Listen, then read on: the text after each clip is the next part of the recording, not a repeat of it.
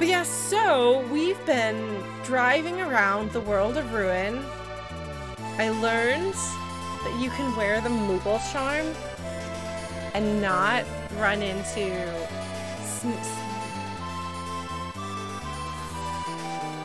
warning. My memory is really bad, so even things that I should know because I have loved this game for 25 years. Doomgaze! Doomgaze! That's why I was pointing at the eyes. Doomgaze. Okay, the game audio is too loud, or maybe I'm too quiet. Okay, how's this? Is this a good... Is this good? Do we have a balance? Are we alright? Ah! Should I make it a little quieter? I don't know.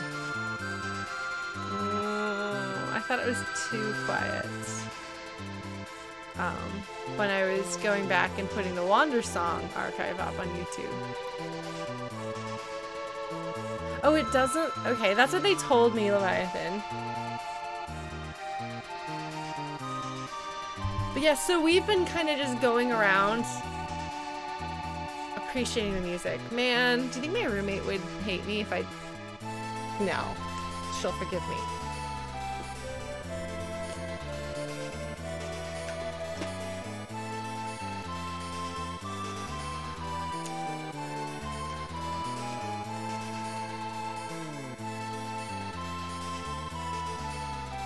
Yeah, it's probably gonna sound awful. Please forgive me. Wait, Doomgaze isn't random? You're like blowing my mind here.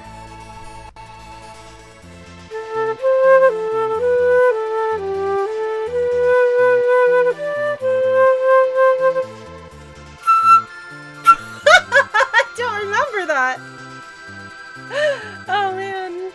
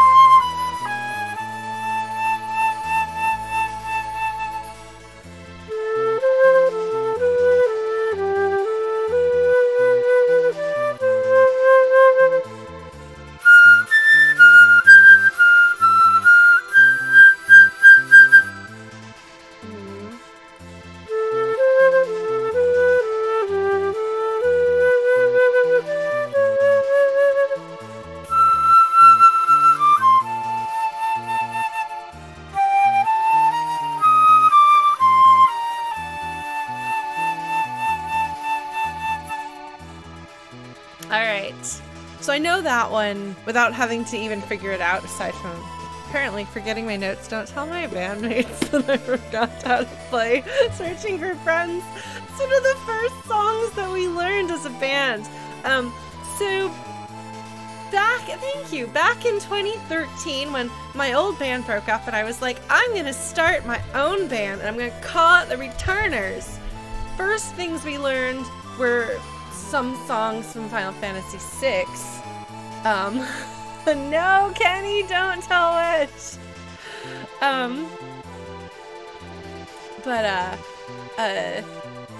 The one thing that we knew for sure we were going to do was some Final Fantasy VI music, so we in fact auditioned our bassist Danger on this song and the battle theme from this game.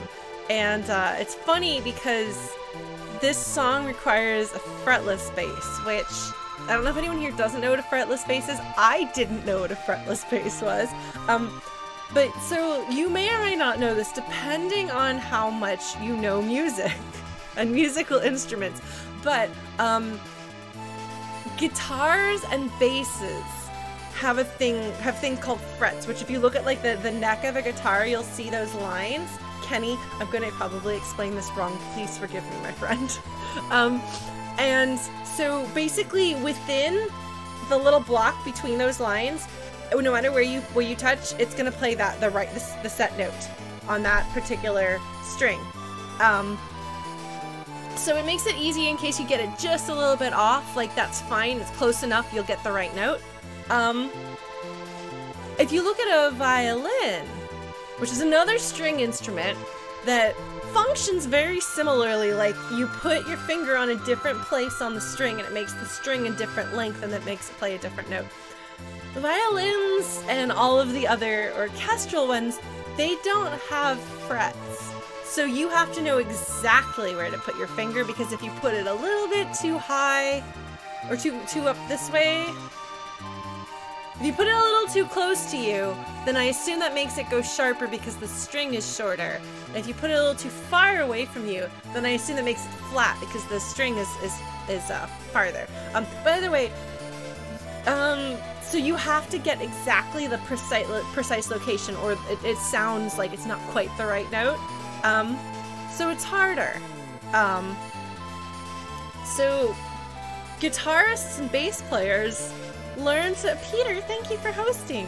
Guitarists and bass players, this is very relevant to Final Fantasy VI. It is, actually. I'm tying it back into a story. But they learn to play their instrument and do all sorts of crazy techniques that you can't do on those other string instruments. But one thing they generally don't have to worry about is getting the exact right placement, because they've got those frets. So, fretless bass is a bass guitar that doesn't have those little lines on the neck. So basically, as far as hitting the right note goes, you're just like a violin. You've got to get it exactly right or it's going to sound wrong. And so we were auditioning our bassist, and I think he might have used a regular bass for auditioning. I don't know if I know he borrowed a friend's fretless, because the bum, ba-da-dum, if you listen to this,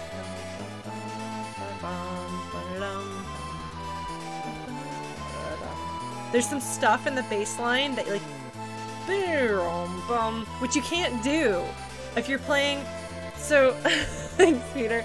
So, music lessons. This is Lauren's Final Fantasy VI streams. We're just a little all over the place.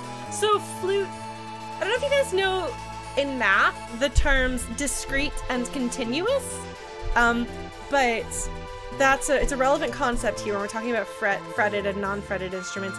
It's so discrete is kind of like boink, boink, boink, boink, and continuous is kind of like all the little things in between there.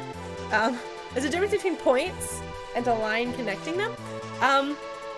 And so if you remember what I was talking about with frets, where like in between that fret, like there's that like discrete section, like that everything in there is one thing and everything there is one thing and everything there is another thing, versus you got this entire continuous line and you could go woo, which you can do with a voice, because a voice can do this whole range of things, and you can do that on a violin or a fretless bass. A flute you can't. You have to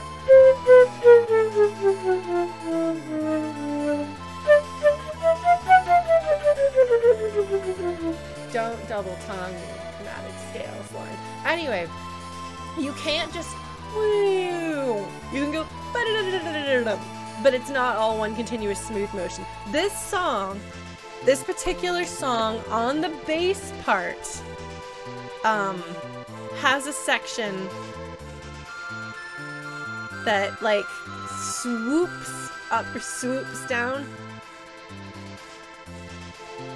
and it also has like traditional, like the notes are different, but it does have some swoops. And so the guy that we were auditioning for the part of bass in my video game cover band, The Returners, he was like, this calls for a fretless. I've never played a fretless before, but how hard can it be?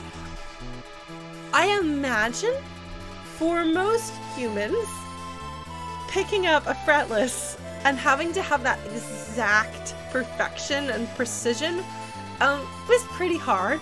And to be fair, because he got that part, he's amazing and we love him dearly. But so he joined the band. And then he proceeded to take a few months. He went out and bought himself a fretless bass and took a few months learning how to play it on tune. So for like the first few months and stuff, you know, sometimes some notes would be like, not quite there. It's kind of a bit messy. The tuning isn't quite right. That sounds a little off, but it's pretty close. And within just a couple of months, like, he got to the point where he was almost entirely in tune.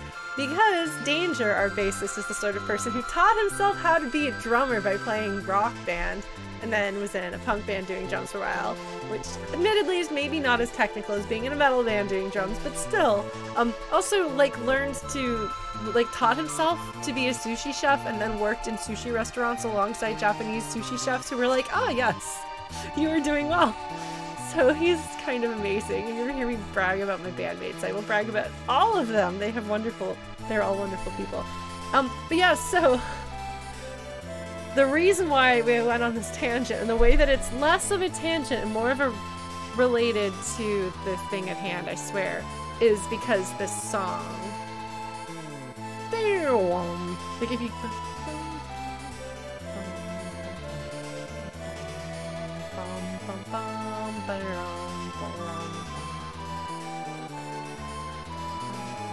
I would probably not have noticed a difference. When you hear him, you're like, oh yeah! And it's been handy in other times. But there are certain techniques that he can't do because it's fretless. Like we did, for a long time, we did Terran 2 from StarCraft, which calls for slap bass. And he was like, well, can't do that on a fretless. Oh well. We got called out for it on YouTube once, and he was like, yep, sorry man. Anyway, how do you should I put educational down? That's one of my tags in this stream. But hi everybody. Hello, Jig for Fun, and anybody else who's new that dropped in. Thank you for joining me. I will play flute a little bit, not a ton, because as it gets later, I don't want my neighbors to want to murder me, or my roommate, my long-suffering roommate, who listens to me doing my thing. So we have a couple of different choices for what we can do at this point. You're going to hear me talk about Lock and Sellies. And the characters. God, I love them so much. Okay, so things we have to do. The Fanatics Tower, Strago's side quest, which I forgot existed, but I feel obligated to do that because somebody convinced me to like Strago better last week. So now I have to do his side quest in the context of thinking about him as being somebody's little Jewish grandpa. Can't resist that. Ancient Castle, I really want to see that too because I have this really strong impression of it, but because I don't know the endgame stuff as well, because I mean, like, if you sit down with your sister and are like, oh, let's play the Final Fantasy VI again, you're probably not going to get all the way to the end every time. So the stuff that's earlier is the stuff that you know better, and once you start getting, like, farther in the game, you're less likely to have hit that as many times. So my memory is going to be less good at providing me. But I have a pretty strong impression of the Ancient Castle. And then there's dragons. I don't know if we're strong enough for dragons. Yes. Oh god, I don't know if I want to do Fanatics Tower, but I have to. What should we do next? Should we go Strago? Should we go to the castle? Should we see if we're tough enough to take a dragon? We've taken a dragon.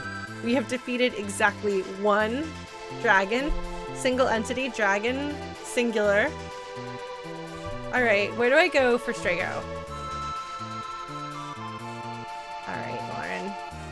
Remember how to steer your ship? The Masa. Okay. Oh, that's a good point. Thank you, Chrono.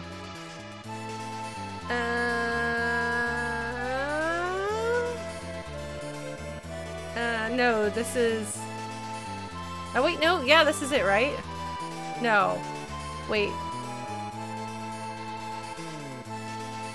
Is this right? I did. Yes! I'm feeling an irrational amount of satisfaction with myself that I did this. So there are a few places on the map that I can recognize.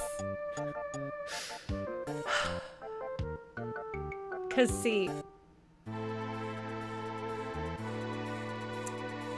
Yeah, look. I'm proud of myself here. Alright, so Chrono raises the fair point that they don't have any spells. So I should probably bring them somewhere to take care of that. Where should I do that?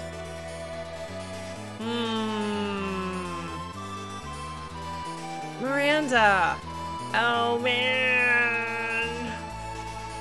Okay. Miranda is by the desert. Yes. See if I can find it before Doomgaze finds me. Doomgaze can be all... And then my party is like, oh, we're dead! Is this it? This looks familiar. Where is this? I was gonna do a little victory dance if I got it right this time. Sorry, Nikia. I failed.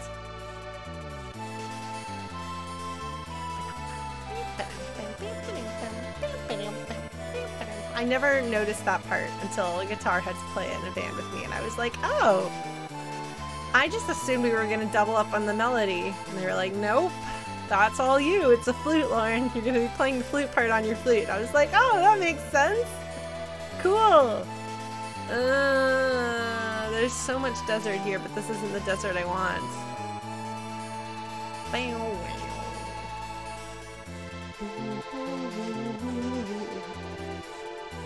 Okay. Forgive me if this is Nikia again. It's gonna be Nikia again. It's gonna be Nikia again, isn't it?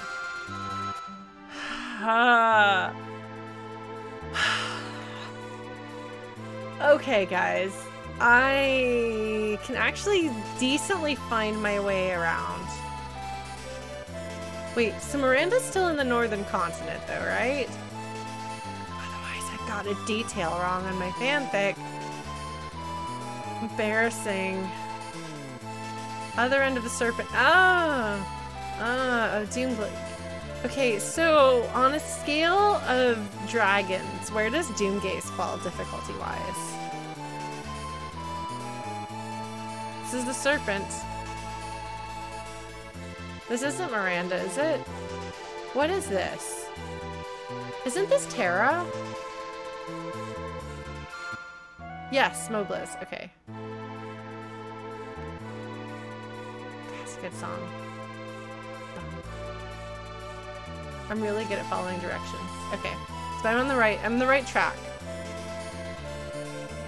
I just keep following here. Eventually, I will find a town. Is that the implication here? I know there's a town near a desert. I see some desert. I don't see a town.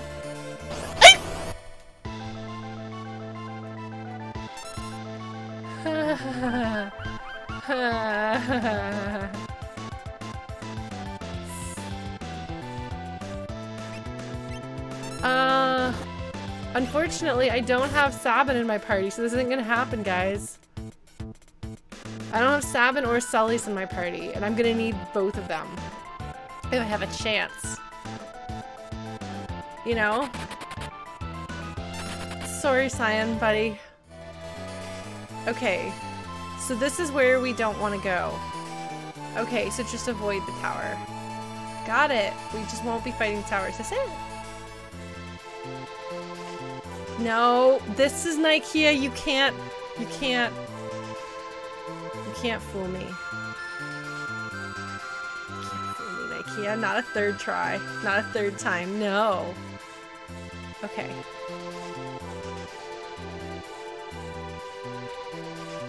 Figaro. I love you, Figaro. Not as much as I love South Figaro. Bottom half of the L-shaped continent. Oh.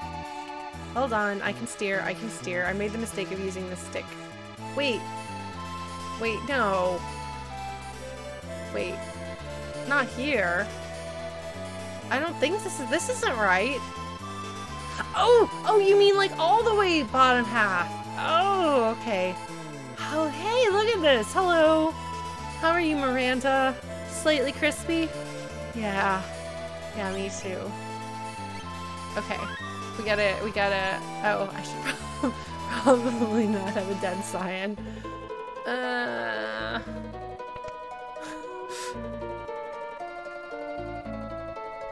I love this song.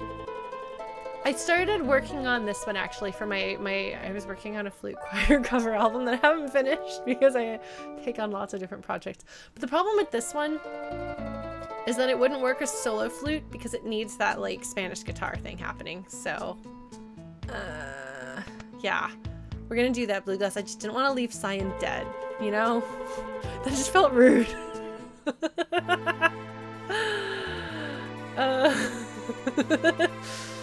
Thank you, Evanized Soul. Oh. Alright, let's try out some party members.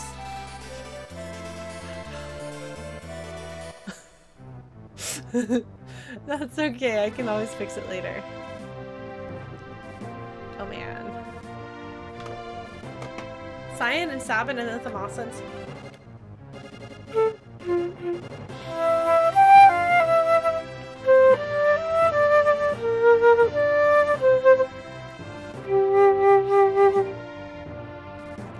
That part's hard to learn.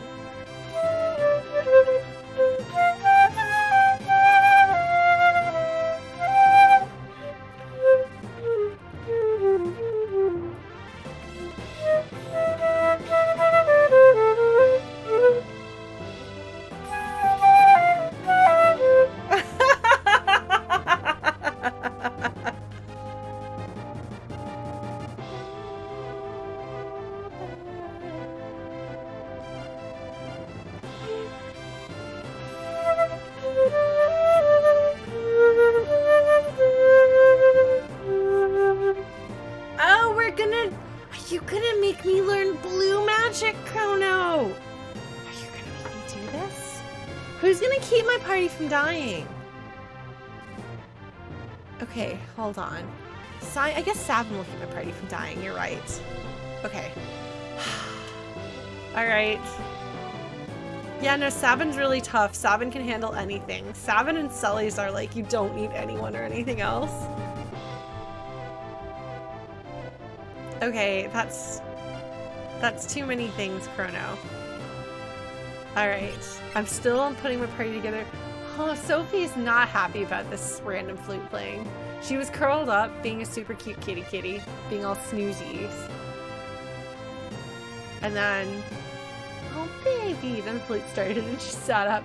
She's currently a yawning bread loaf. And she's like, what was that?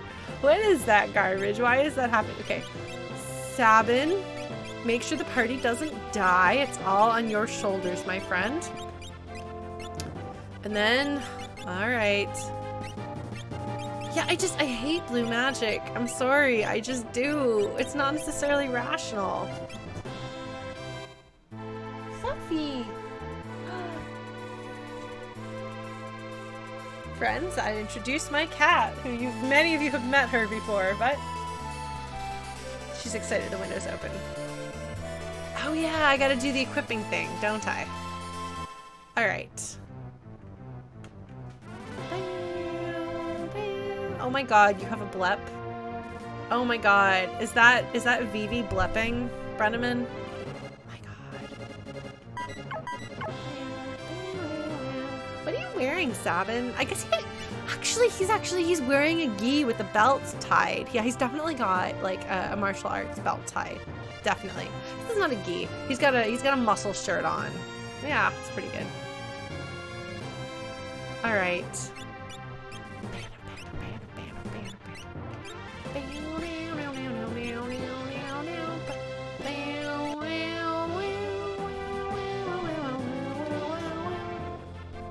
Oh man, tiny dogs. Okay, relics. Okay, you gotta wear your mom's ring that confused me so much. Because it made me think that they were siblings, which they're not. Oh, we were gonna try to get Shadow's dreams, weren't we? What else should I equip?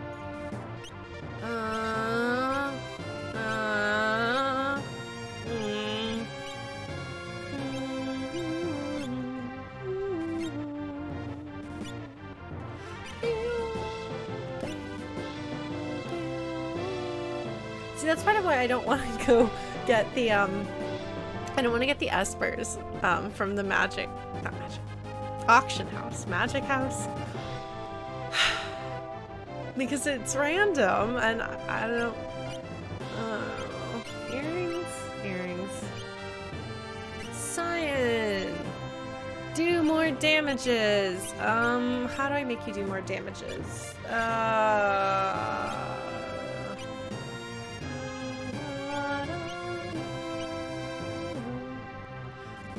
Hyper wrist or hyper, okay.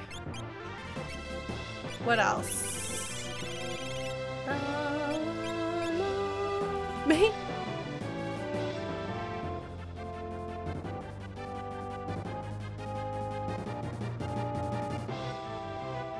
Explain.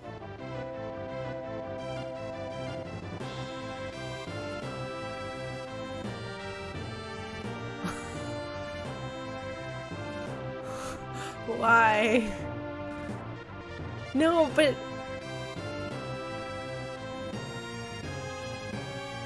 I'm so undead and I can't go dead. Oh my god. It makes you undead. Makes body cold. Oh my god. Okay. Ted Woolsey, I know that there were like limitations, but there are other ways you could phrase this that would be vastly clearer. Why? What? Okay, anyway. I'm supposed to equip someone with the Gale hairpin, so it's gonna be you.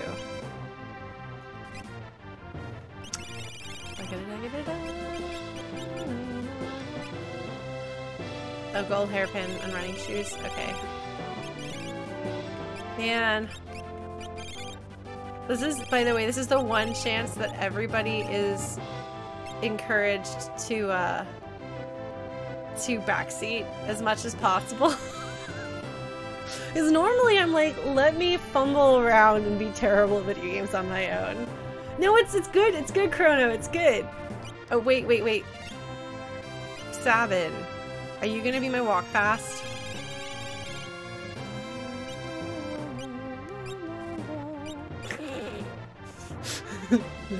That guard. Oh, okay. Yeah, Sabin's gonna go fast.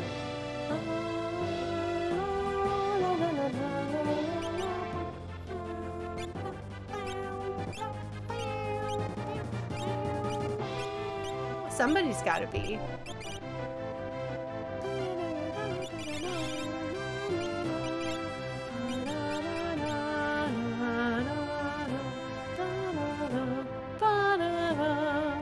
I got distracted. What was I doing? See, everything else tells you what it does. Spring shoes as opposed to winter or fall shoes. Summer shoes are just sandals. I'm sorry. I think I'm funny. Somebody's gotta. And that someone is gonna be me. Alright, guys.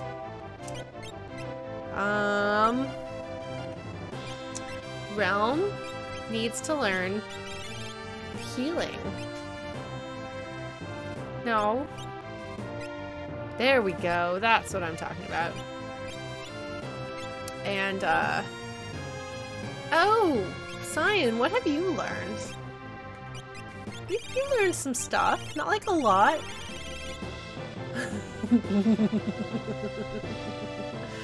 Of course, friend. Okay, so what should I do with this friend? Dear friend, you have basic magic 2s, you have cure 2 and life. Palador, you think? What does Palador teach? This is one of those ones where I'm like, but why? This is one of those ones where I'm like, but why? Okay. Alright. You have to twist my arm to get me to take any of this. I am the worst! I'm the worst! You would think like, oh! Oh wait, did I use Strago? When did I use Strago? Why does he have magic? I always called him Strago when I was a kid, like a straggler. Oh, he started with some magic because of some. Oh no, he was in my party in Thamasa. Okay. Okay, well he looks like he needs what? Madwin? Is that Madwin? Yes. Finish that up.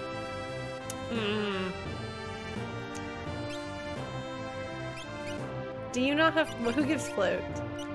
Shoat? No.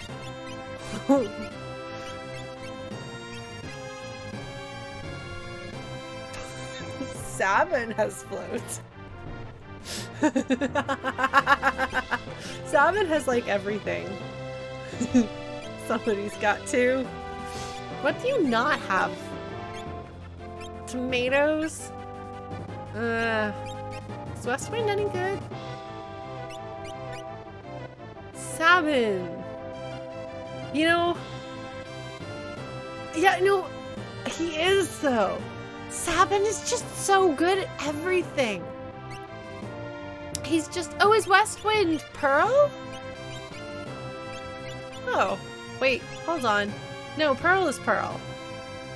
This is Steven Universe joke.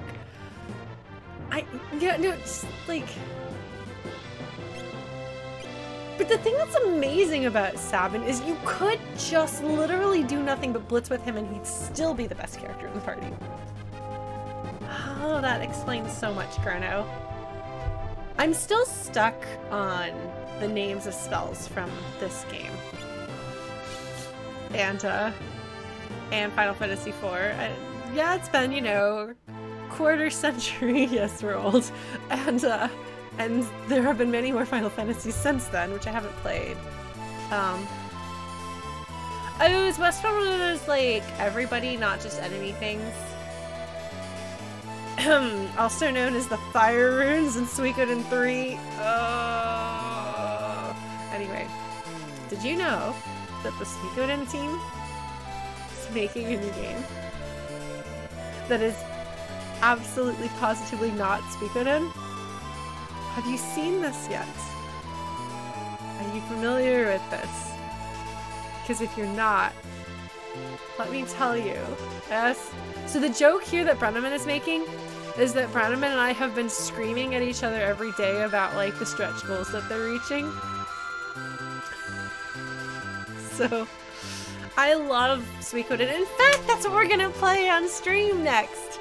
Because apparently people are okay with me playing games that I know already and love. So after we finish Final Fantasy VI, we're gonna play the first 2 Suikoden games. So Suikoden, thank you, Chrono. Alright.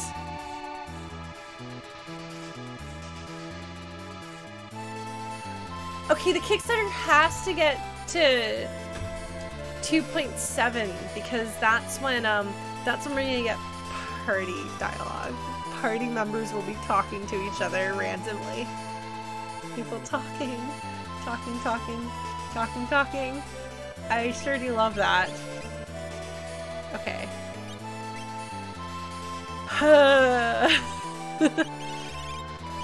Wait, I swear. Okay.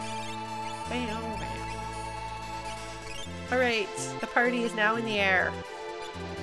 The combat. The thing is, we all want it to get to 108 characters, and they're currently at 105? So, it'll happen eventually. Cactrot. So we want it to 1,000 needles, right?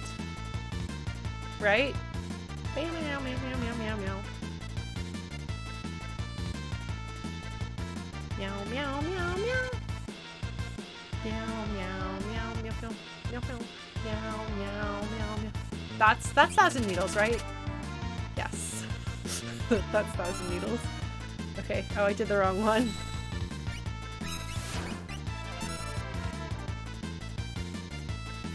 I don't know. I don't know. Okay, that took care of business just fine. Yay! Oh, we learned spells so fast here. Oh my god, this took approximately 5 seconds. Apparently, Cyan is the one you want for those guys. Man, that was great. That was glorious. Well done, team.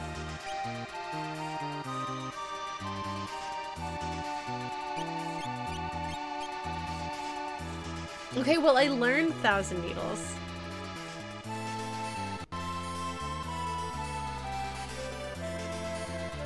I'm all like distracted because I want to talk about video games. Both the video game that I'm playing and the video game that I'm not. Cyan the Fast Shoes. Oh!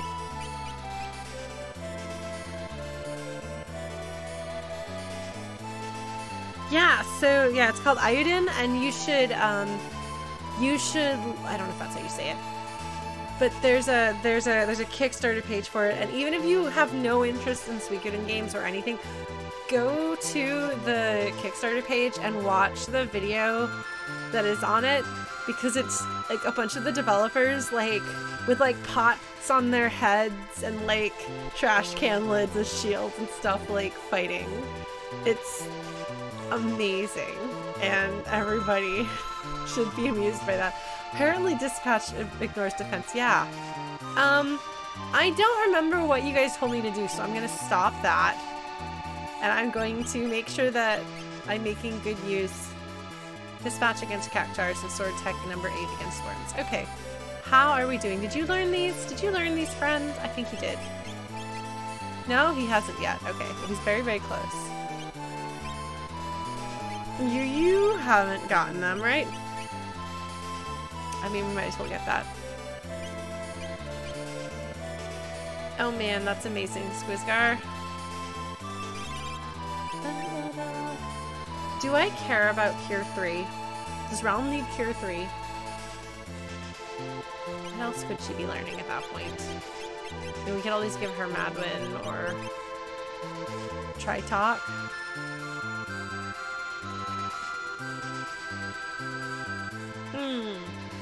Tritalk? You think I should give her Tritalk? Oops, wrong way.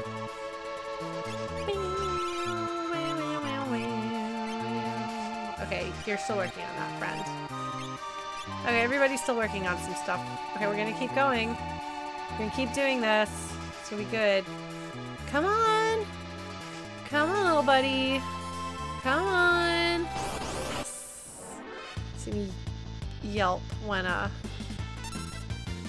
don't know what Sketchin will do. Sure. Yeah! Oh man, this is like the team of people who can just like do damage. See those guys?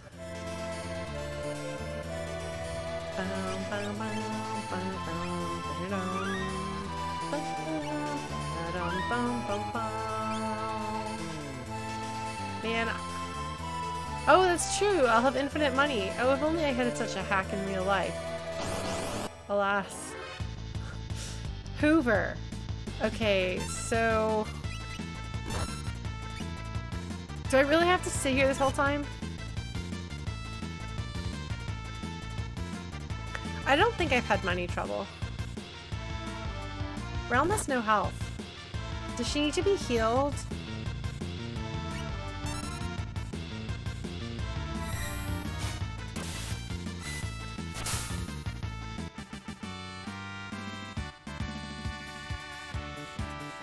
Good job.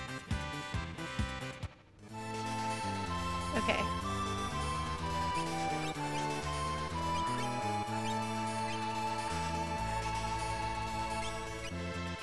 Sorry, I can't not sing along with this music. Oh wow. Oh yeah, she got 1,000 needles. I was like, oh, she's missing exactly 1,000 health. What an interesting number.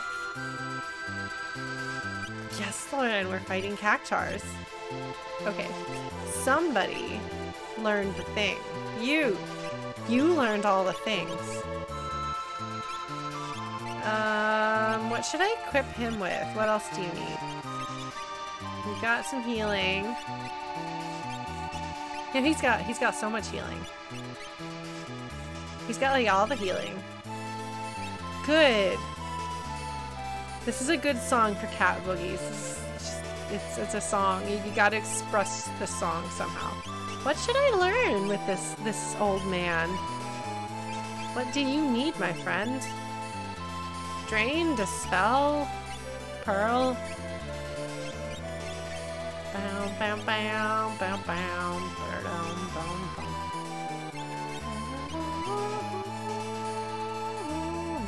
Sure. Does anybody else need to get replaced here? No, I just checked. You're fine. You've got like forever because this is, yeah. That's okay though. All right. So you would think that I would be able to turn off like the part of my brain that has to play to be able to hold a conversation, and maybe I can. Maybe I can do it. Oh, I did that wrong. That's okay. He's gonna air blade instead of... Oh, is this the one? Yeah, it does this defensively, doesn't it? I don't want that. That's not good. Don't do that. No, don't do that. Oh no! I need him to be alive! My strategy depends on him being alive. How could you?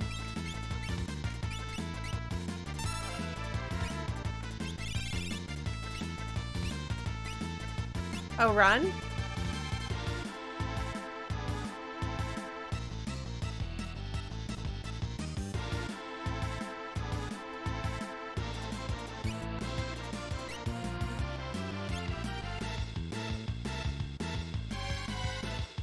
Come on, Sabin. Oh!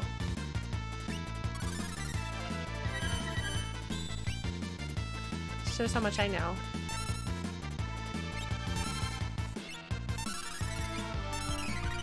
Okay, we're gonna try not to die. We're gonna die a lot. Let's try not to cry a lot, but die. Okay, no, I did that wrong. That was my mistake. I shouldn't have done that, but I did that.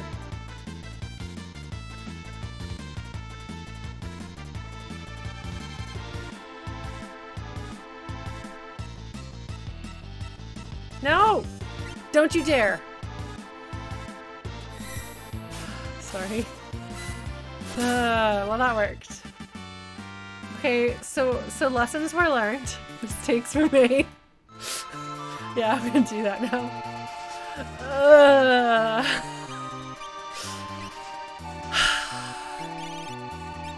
He's got like a little bit of everything. And then there's like a whole bunch of stuff that clearly Lauren thought was not important.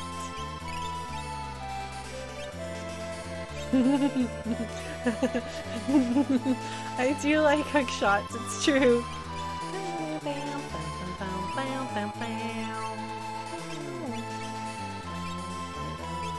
We're doing fine health-wise. Okay. I should save though. I'm gonna save after every encounter here. Anyway, there was a thing I was gonna say, and I don't remember what it was. We were talking about Suikoden games, which I love very, very much. They are full of melodrama and tragedy, which is my favorite thing. Speaking of melodrama and tragedy, my fanfic is now titled Darkness and Starlight, which is, oh no, don't kill my party. A reference to a version of the opera lyrics, the Game Boy Advance version, even though the Super Nintendo version is My Heart, and that's the version that I sing.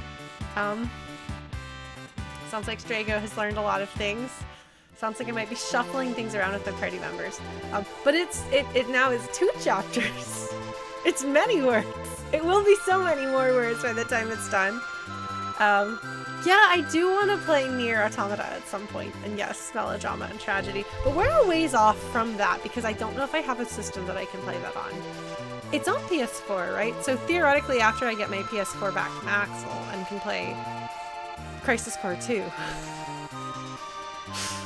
which hopefully will be soon. I want to set a deadline. Actually, you know, I might just talk to him about swapping back the consoles when I've got the money to fund the shipping. Because I don't think the border's going to open this year. What was I doing? What was I doing? Oh, I was checking on my things here. I'm having some trouble with... Why is she feels like she's... Oh, I guess she is making progress. I'm just expecting her to make superhuman amounts of progress. Lauren, you're already learning things mega fast. Okay, just chill. It's gonna take a while. Oh, it's not so long. Yeah. Oh, I made a really delicious thing for lunch. Well, it was lunch dinner. I ate it at like 3:30 or 4 p.m. So that's my meal. It was chicken and bok choy and noodles and a very spicy sauce that made my nose run. It's great.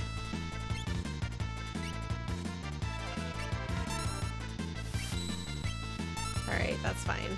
I don't need to be able to do those. It's not like my strategy in this game hinges on Sabin being able to do a good job with blitzes, and by that I mean Lauren do a good job with Sabin's blitzes, because it's not Sabin's fault when I fail to do it. Yeah, so let's see. So how are you folks doing? My brain is telling me it's Monday because I have been crunching like 30 plus hours of work in 4 days or something like that. I don't know. Anyway, my brain has been toasted by the work that I've been doing. That doesn't seem like Sabin's style, Nick. You know, Sabin seems more wholesome than that. Man, oh man. Somebody just learned something, and I think it was him. Yeah. What do you still need, friend? Cure 3, maybe? Ragnarok! Oh, I forgot that I have Ultima. Somebody ought to learn that. I don't know if I actually need it, but... Antidote might be useful, maybe? I don't know. What do you think? Antidote? Grasp at Osmos? Like, what should we do with our friend here?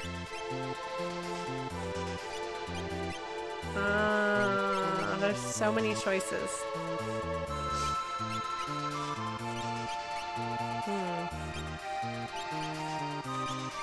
Bismarck? You think so? I mean, yeah, I might as well. Why not? Okay.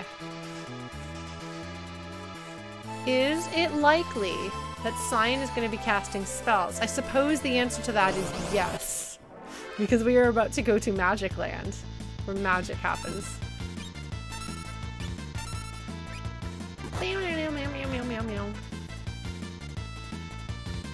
I assume I don't want to do anything else with this guy because I think that you trigger Sandstorm by attacking, right?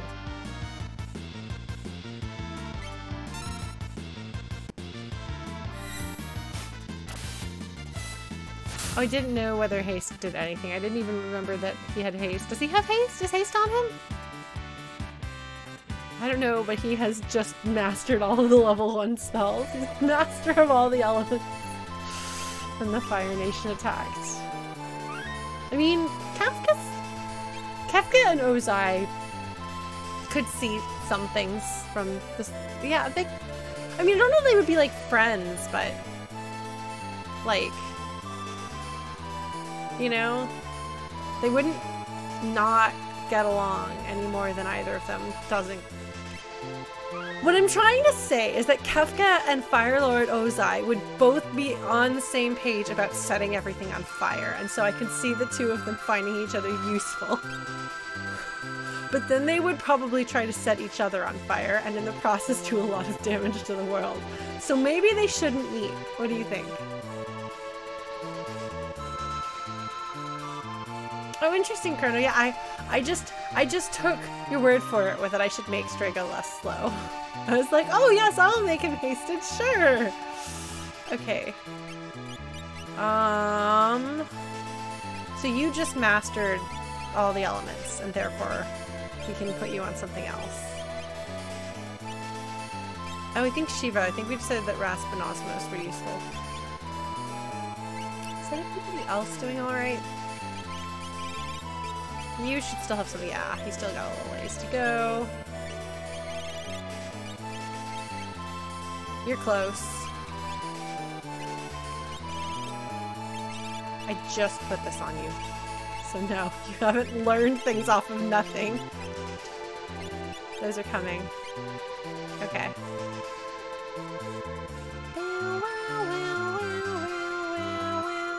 Esper, you usually lose 5 minutes after you get it. What? Blue glass, I don't know what you mean. Oh, I guess, you know, I guess I could just walk back and forth in a line here, couldn't I?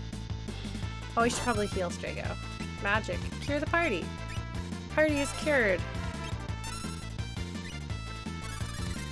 Oh!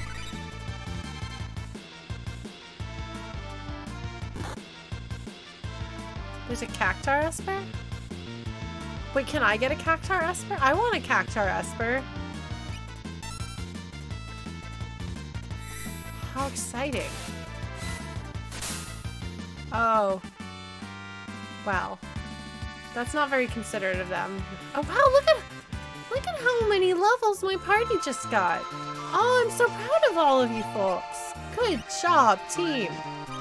Look at me, I'm leveling up people instead of just having my main team carry their dead weight around Kefka's tower. Guys, I'm being so much more strategic in this game than ever before. Which is funny, see, because I'm not actually being very strategic at all.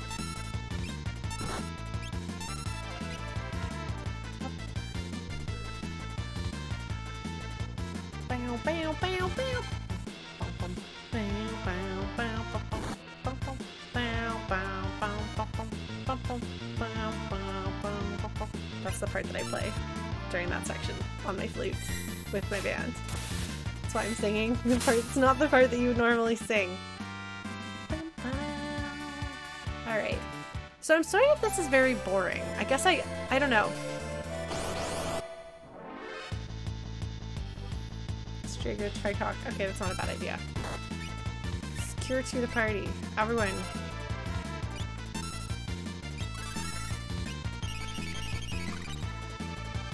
I would love to be able to tell you guys all sorts of cool and interesting things. I mean, I can talk about... Oh, that did a lot of damage. That did so much damage. That's so not good for me. Should not do that.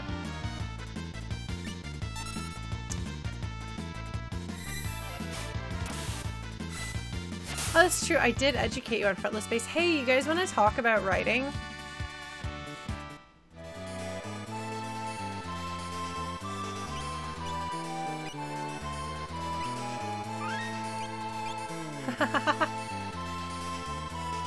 So I've been allowing myself to write something really, really, really fun and self-indulgent. And it's interesting because I haven't actually... Oh, I should probably heal Realm. Well, hopefully she won't die in this process. Cross your fingers that she doesn't die here. So I have a lot of training and experience with writing. And I know a lot about what you're supposed to do and what you're not supposed to do, and I'm reasonably good at executing some of the rules. And I used to write all the time when I was a kid. Like when Final Fantasy VI was like a hot new thing in my life. You better believe I was writing stories inspired by it. Sabin could use some healing. And I just remember, like, I never finished anything when I was a kid. And I'd turn out, like, story after story after story. Save. But I never finished anything. Until I got to freshman year of college. Apologize for international folks. I am gonna just be using American terms here because it's easier for me when talking about my experience. But so freshman year of college, I participated in NaNoWriMo for the first time.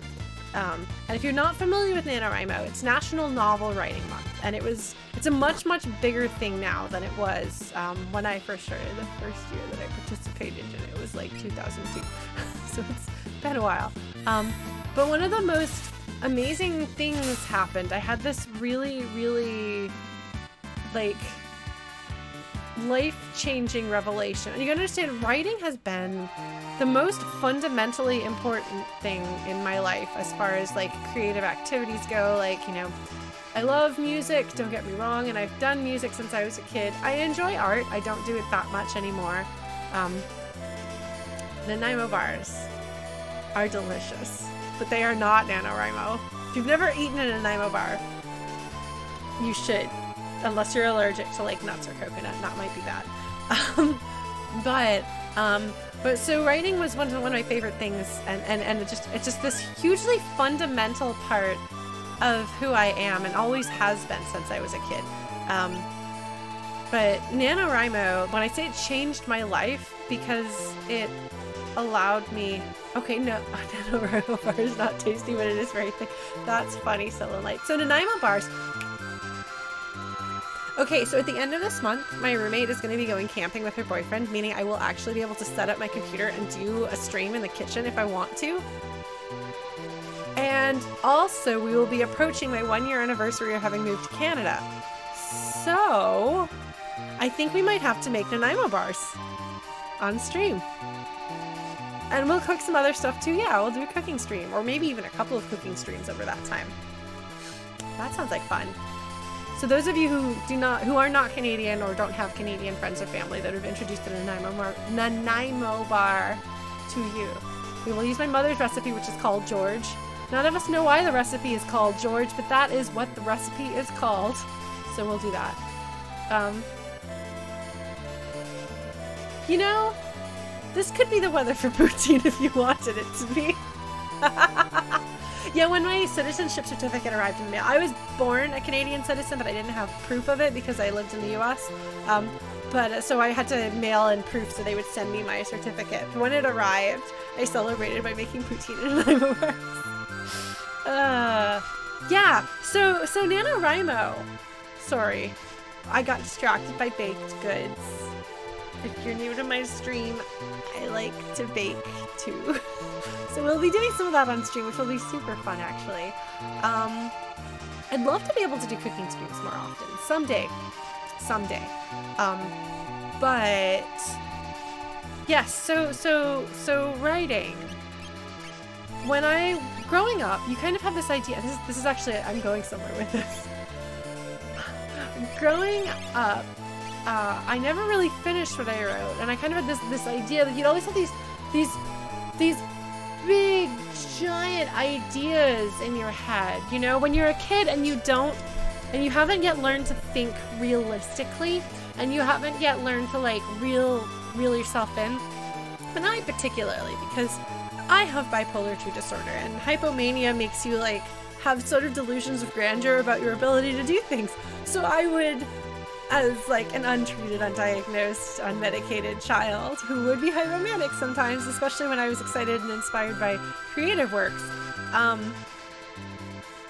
like I would always bite off more than I could chew, and I would wind up making, and I did actually have these stories that went on and on and on for chapters that were quite significant undertakings, but I never finished much of anything. And then I hit high school and I started writing very short stories, and I could finish those kind of sometimes, and I submitted a couple of stories for publication in high school. Did not get published, but I still have my first ever rejection letter. I'm pretty sure that, because it was a form letter, but then somebody had handwritten, "Please write more soon." I'm pretty sure that they could tell from reading the story, this is a kid. This is like a 14-year-old. We should be sweet to her. And I still have that. I had it on my bulletin board all through high school and college. Like I had it pinned up there at my mom's house. But I didn't really finish things, and then NaNoWriMo happened. And I loved writing, but I hadn't finished things, and a large part of that, and I think a lot of writers have this experience where, especially if you have a tendency towards perfectionism, which I do. I'm actually waiting on some workbooks that are going to be arriving in the next few days for me to work on continuing to overcome my inner perfectionism, which is a big problem. There is this feeling that you got to get it right before you can move on. So how many people do you know, writers do you know, who basically revise the first chapter of their novel over and over and over and over again, the same chapter, the same novel, over and over again, and it's this huge, exhausting thing to try to get it perfect. And then NaNoWriMo hit, and so for those of you who are not familiar with NaNoWriMo, what it is and how it works, you write 50,000 words of a novel in the month of November. November is not a good time for that to happen, especially if you're in the US, because that's when Thanksgiving is. But there is something to be said for, of course you too, Chrono. There's something to be said for if you can do that in a month that is not the ideal month, then you can do it basically any time. I have to, okay, I'm just gonna make a decision. I'm just gonna make a decision. I'm gonna stick to it. There. I'm sorry. Yeah, and it's close to finals. It's a terrible month for it. And yet, people are able to do it. And my first NaNoWriMo, freshman year of college, finals, my first semester in university, like, big deal thing. And yet I managed to do my 50,000 words. And so the thing is, when you're writing 50,000 words in a month, that comes to 1,667 words on average a day. Although, as Chrono has pointed out, actually that would come to 50,010 words. But so that's pretty significant, especially because there will almost always be days that you simply cannot. Like days that you can't do it, so you have to make that up. So there are going to be days that you write 2,000 or 3,000 words, sometimes more. And when you do that, you can't. Yeah, people can do NaNoWriMo twice over, or two nanos. Yes, heal. Let's do that. So the thing about working at that speed is that you simply can't, like, you cannot stop to wonder whether what you're working on is any good. You can't go back and edit what you wrote yesterday because you've got words to make today and words to make tomorrow. And it's like, it's kind of exhausting in a good way. Like, a really good workout is exhausting in a good way. Hold on, I'm checking to see if I need to change this, and then I will pick that thought up. I'm doing okay actually picking up my thought after I put it down again. Maybe my brain is recovering. Yes, well, I feel, Chrono, like the NaNoWriMo help is, you have outgrown the necessity of it. But, maybe you should see if someone can commission you to do an NaNoWriMo. Have it be a grab bag thing. We don't know what's going to come out of this, but support me while I take a month to do this. I think that could be fun. Have people, like, suggest things to throw in there. No, seriously, I have ideas of how you could do that if you wanted to and still have your flexibility and freedom, but also maybe make up some of your income. I don't know how that would work, though. I'm just gonna have Cyan do this.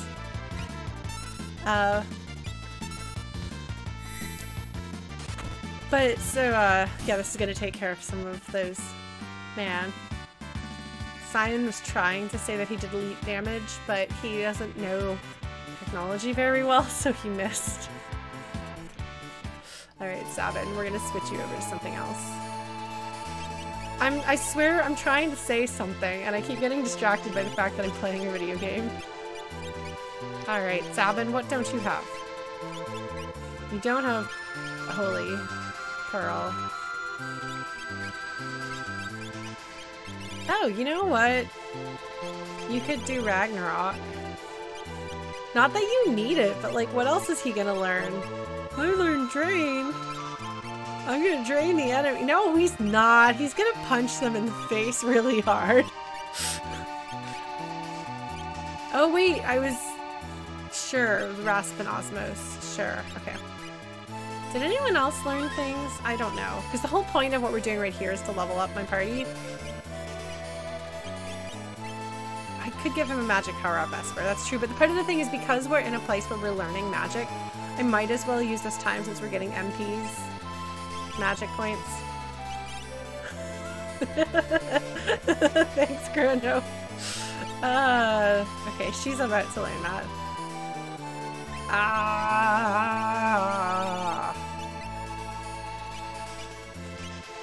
One more Cactrot, you think so?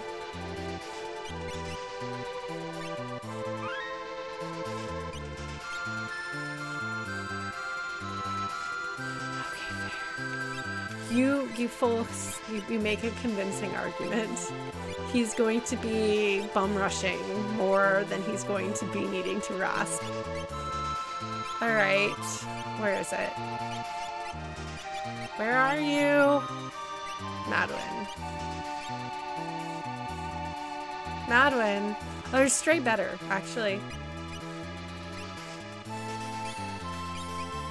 Nah, they're the same. Okay, we're going with Madwin because I like him. He's a character in the game. Anyway.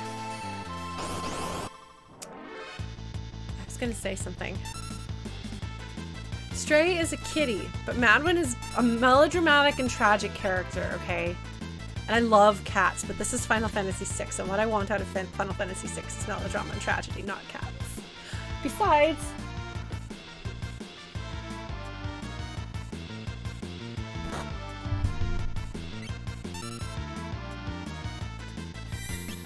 I don't need any more cat melodrama. Last year was plenty for me. Alright, so we're not quite there yet. We're just gonna keep saving every fight. I guess I should probably level up more of my party at some point too. Does Tritalk also do +2? Oh shoot, okay. Wow.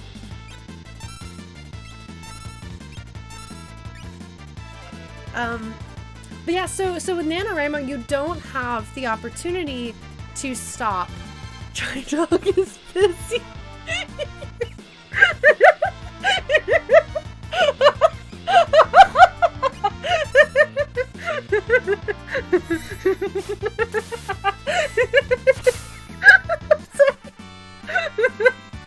I'm sorry, that's just really funny.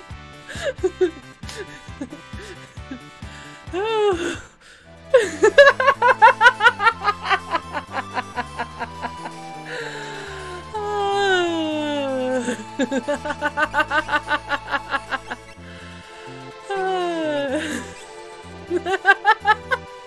He's busy trying to miss otherwise indisposed at the moment.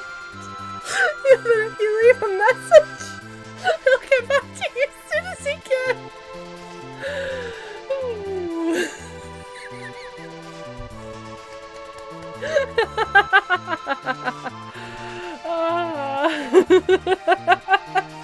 Anyway, Tritalk, you're being summoned elsewhere.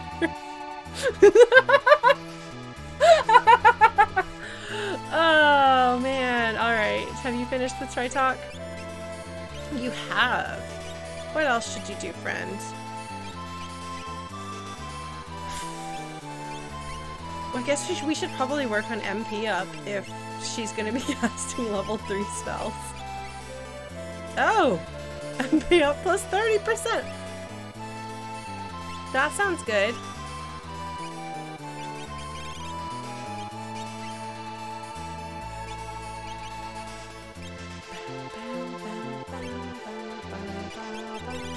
What did, who, oh, hold on.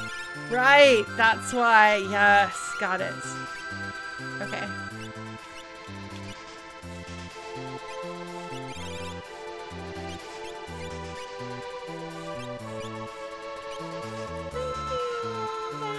Oh, I was gonna give that to Strago, wasn't I? I got distracted. Okay. So I can't be trusted with anything right now. Or possibly ever. Yeah, do that. We're gonna fight a couple more fights because I'm not done talking. And I probably have to actually do things and pay attention to the story. So we're just gonna do this and talk some more. I hope you guys are alright with it.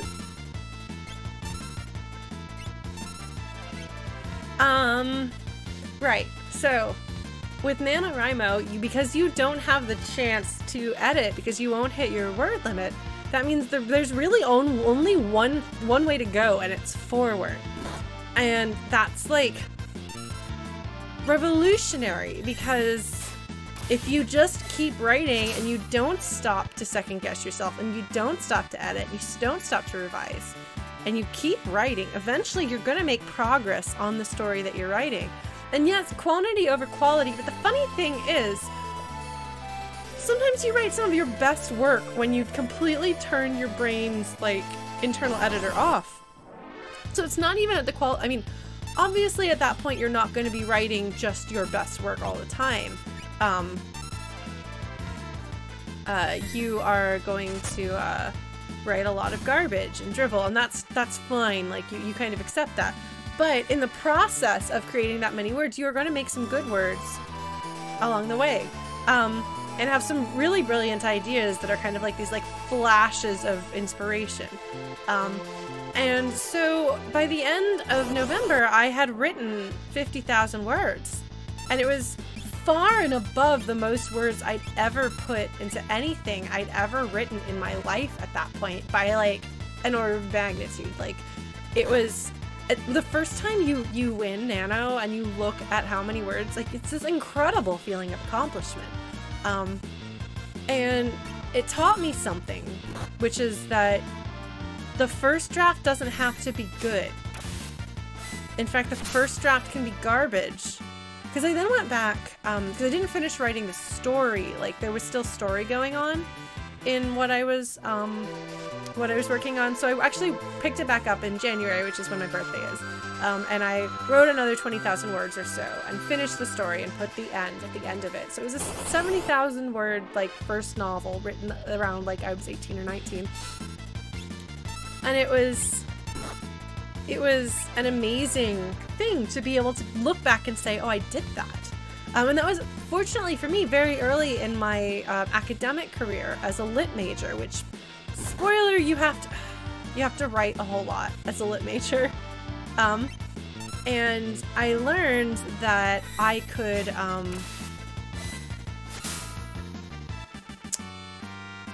I'm gonna have to bring her back, aren't I?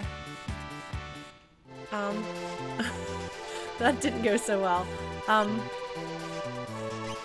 guess I can just use magic. I have magic. This whole magic thing is for magic, magic, magic, magic, magic, magic, magic, bam.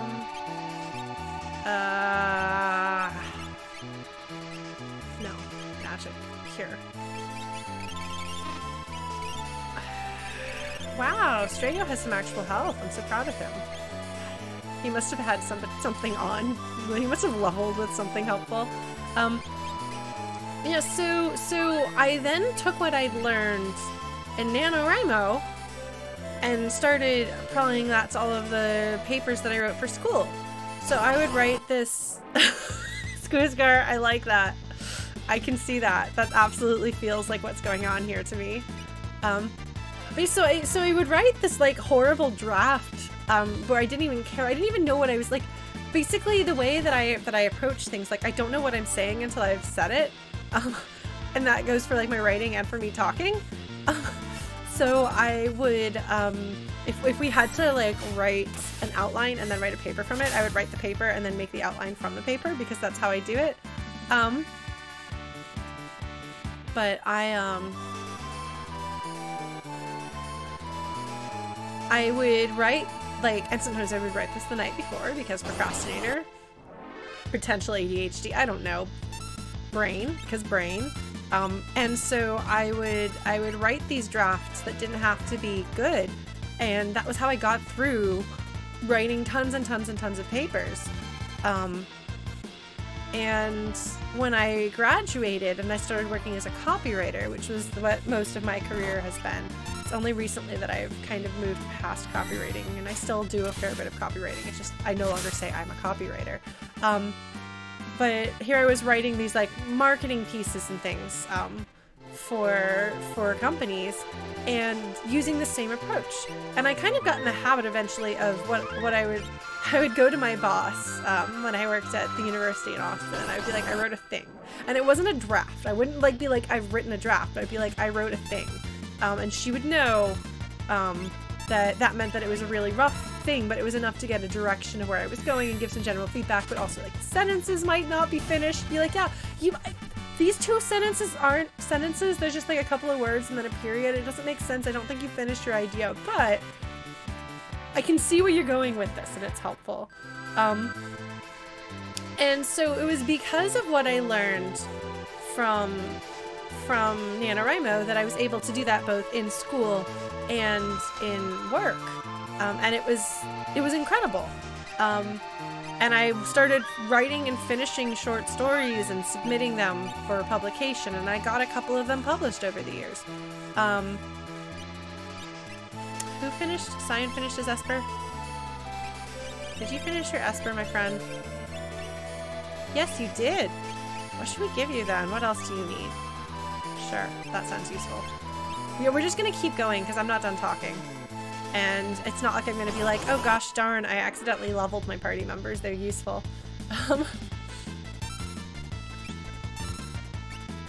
But I also I took a lot of creative writing classes in undergrad. There's a mentor that I really loved. And we worked very well together. Even though she didn't do science fiction and fantasy, she was supportive that I did. And so I learned a lot from her, including that I thought I knew what I was doing. I was such a little brat my first semester with her because I was like, I don't even need to take notes. I know all this stuff already. Second semester, at that point, I'd learned, doesn't matter if I technically know it, I need to learn it again and again and again because you learn the basics over and over again. And every time you learn the basics, you get something more out of it. But I also went to, as a slightly older adult, I went back to school to get my MFA in creative writing, which is an advanced graduate degree in creative writing. And there, like, a lot of my experience felt like my workshops were a lot of people telling me what I should or shouldn't do. And like, this is how you should write, this is how things should go. This is what sells, this is what makes sense, this is how this story would function better. Not necessarily asking, like, what are you trying to do with this story? Which was how I had always approached critiquing and feedback on stories prior to that. But I also, like, as I got older, this sense of perfectionism kind of crystallized in me. And so even though I wrote 0 drafts and I was fine with them, I think part of how I was making myself okay with 0 drafts is that I was continually creating and continually writing, so I didn't really have time to get out of practice. Then I had a really, really bad work experience that completely undid my self-confidence in myself as a professional writer, and had a bunch of really bad personal experiences. Like, so 2017, I finished up 120,000 word draft of a novel that actually is 2 novels, which you guys have heard me talk about a lot. In fact, after I finished writing the 0 draft, I was like, I didn't have any setting in this, so I should probably, oh, that was wrong.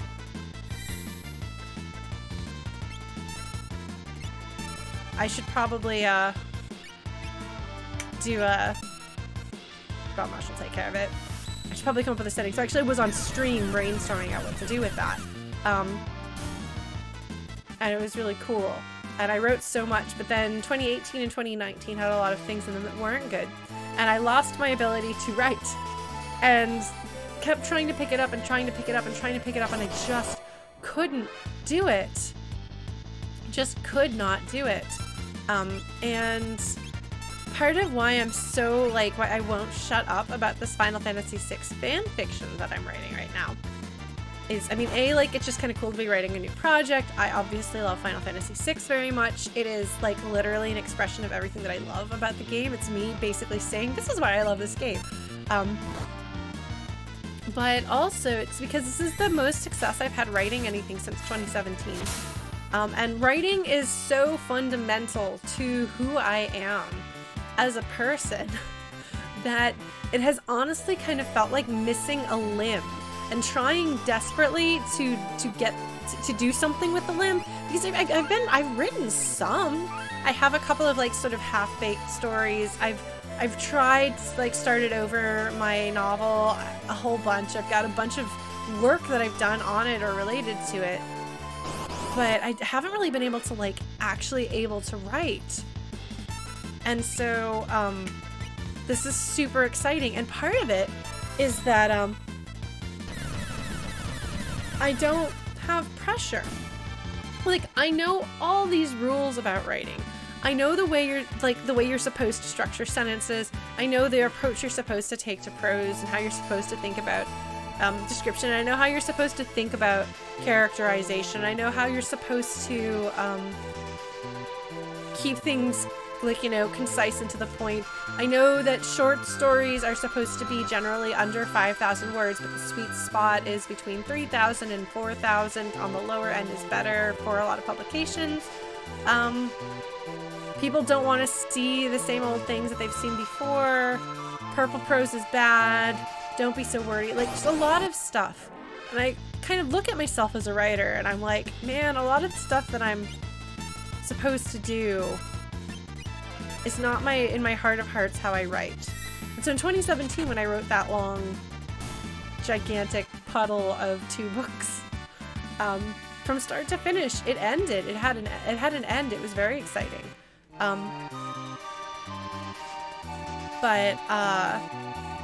Like, it was a mess, and it was allowed to be a hot mess, and that was okay. And I found, like, I was trying to write a serious work of magic realism about a family skeleton in the closet, when I first went to grad school, because that was, like, the thing that I felt that I should be working on.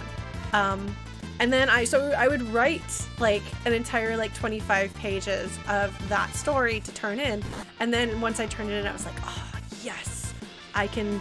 I mean, you say that like you're joking, Chrono, but it was inspired by Russian fairy tales, so it was actually quite dark. Oh man,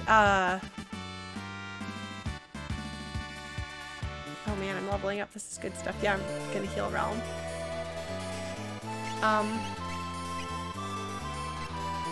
But I would get really excited once I turned in my assignment, and I would work on what I called the robot story. Oh, that's a good idea, Chrono. Who should I put in if I'm gonna keep talking? If we're gonna just do this. I'm sorry. We'll get to Final Fantasy VI soon. I'm on a tear here. Who else should I bring out there?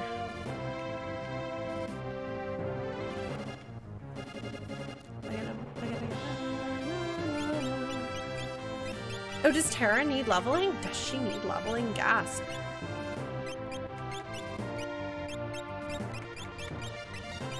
Setzer does, though.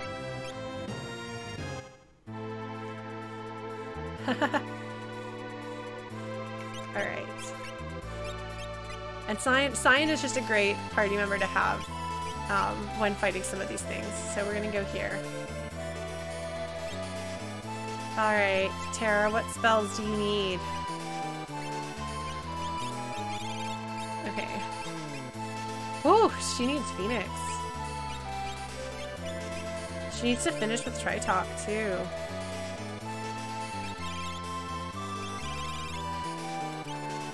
Oh, should I, oh, right, I forgot to take stuff off of people. Let's do that.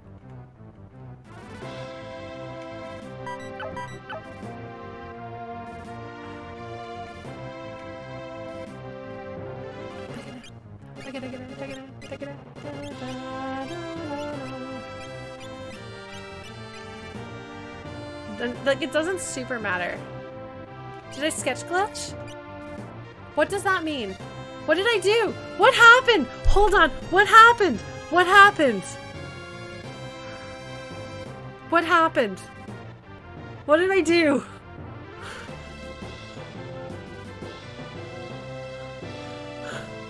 What happened? I used sketch like 3 times or twice. I used it twice to use 1,000 needles. What happened? How did that happen? Hold on. I'm completely done with my story. I don't understand. How did I get Illumina? What is this? What does this mean? What? I sketched. Okay, I did. I sketched twice. Those are probably, maybe 3 times. Probably the only times I will ever use sketch in the game. I don't think the cactuar was vanished. I don't think I vanished anything.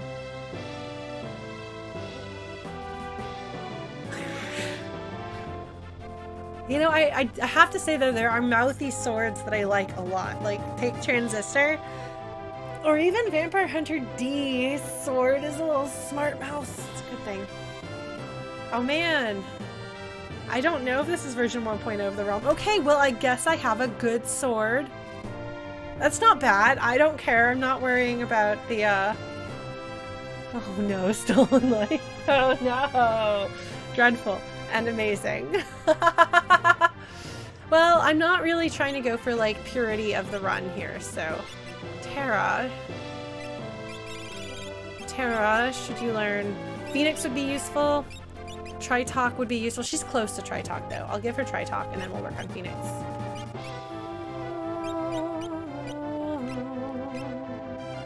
Wait, oh wait. I might have other stuff? I have no idea. I don't know what we're doing. But okay. I'm gonna go down to the bottom. Wait. Okay. These are all things that people had equipped. Oops. Okay. Alright, so this is like normal stuff. Nothing's weird here. I have a lot of dirks. Are these any good? Why does this say I have 0 mithril knives and 0 dirks? And then I have 27.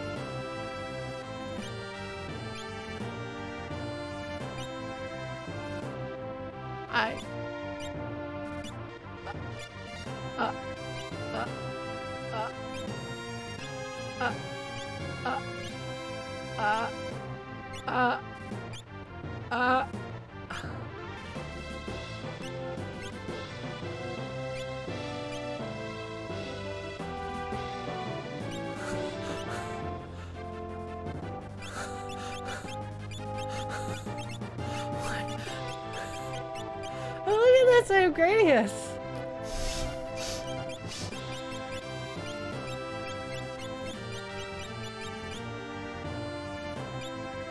And these are normal, right?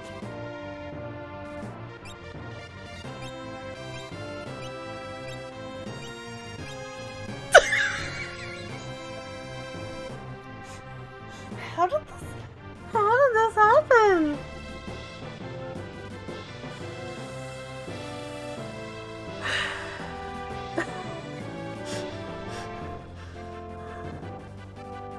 Alright, so does that mean that I should just never use Sketch again?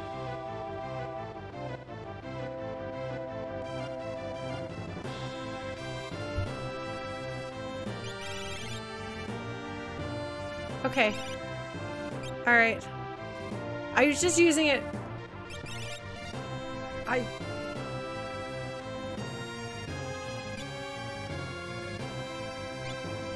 I didn't.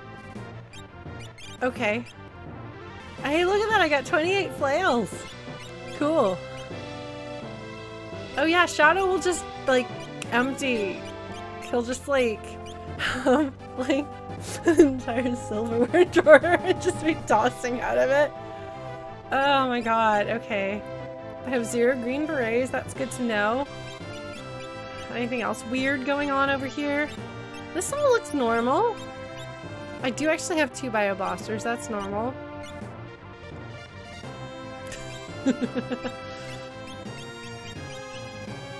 Yeah, all of these look like my own regular poor decision making when it comes to purchasing relics. This sounds... I'm kind of nervous about this. It's rather vague. And I have 0 of it. Can I sell the things that I have 0 of?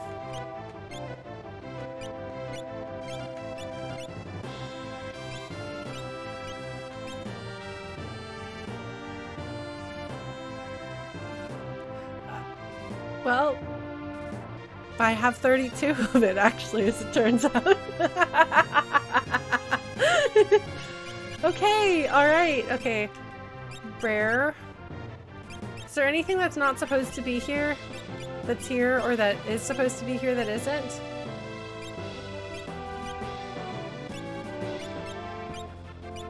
Okay.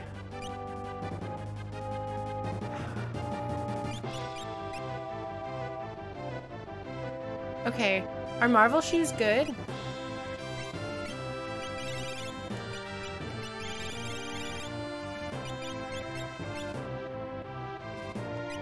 Okay, well, I guess we've got them. So I guess everyone can wear them. They're gonna be all the rage now.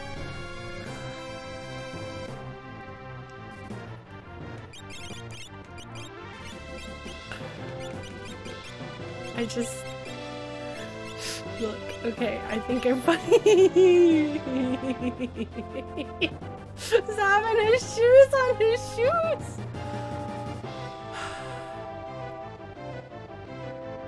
Find your actual system and copy somewhere, not just saving twice in 2 slots. I don't know what that means. Can somebody tell me how to do that? I assume I have to not be using the thing right now. Shoes on his hands.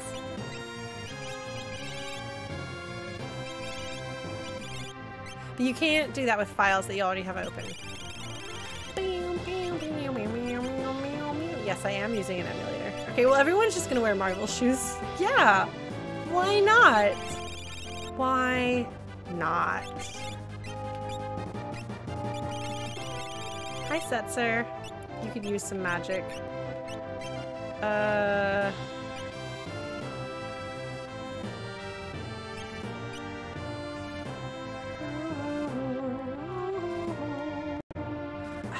Okay. I did emulate Final Fantasy VI back in 2018. That's where, here, hold on.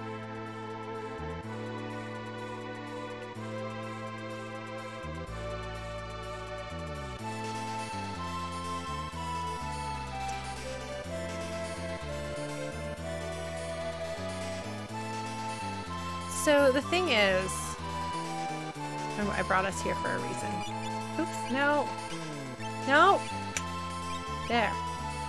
This save right up here, or this one, these 2 saves are from 2018.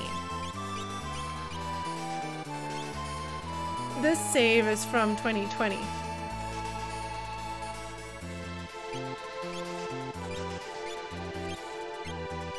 So I don't understand, because these are my 2018 saves. So they're all the same file, then the file that I just copied over is probably the right one, right? Because this is exactly the same version of it that I played and saved on before. So we should be fine. The thing that I did was right. Okay. Alright. Okay. Although I am so derailed that I kind of want to just go do a thing.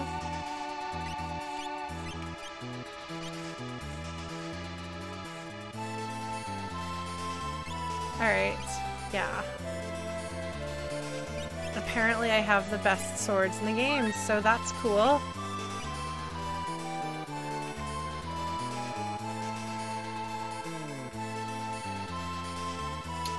I guess I'm gonna put those 2 back in my party. All of that for nothing. All members. Alright. Lognet!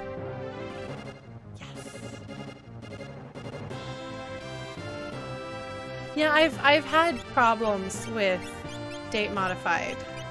Okay, so I'm sorry, Locke. I'm sorry you're gonna get left behind. But in my heart, you're always number 1. Always.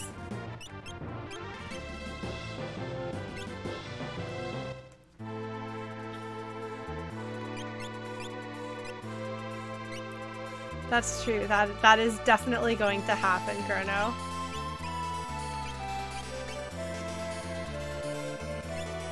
Alright, well, I assume that we're good. Okay, so Sabin is going to be equipped with Madwin. Right? Yes. And you were working on Tri-Talk. No, you weren't working on Tri-Talk. You had Tri-Talk. What were you working on? This one gives health. This one. Oh no. No, Chrono, no.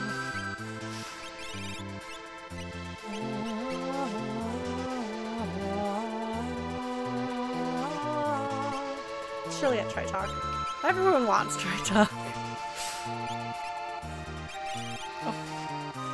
Oh my god. Okay, Chrono, that's fine. That's fine. You're fine. It's all good. It's all fine. Everything's fine. Nope. We're good.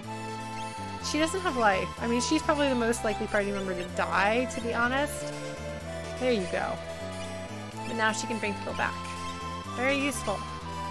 Definitely not a regrettable decision. So is everybody gonna wear one of these stupid marble shoes?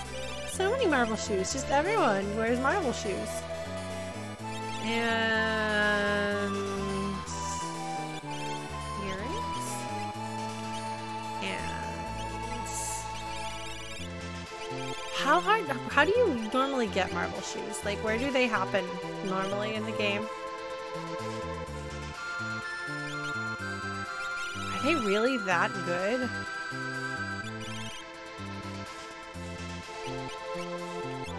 Wow. Huh. That's complicated.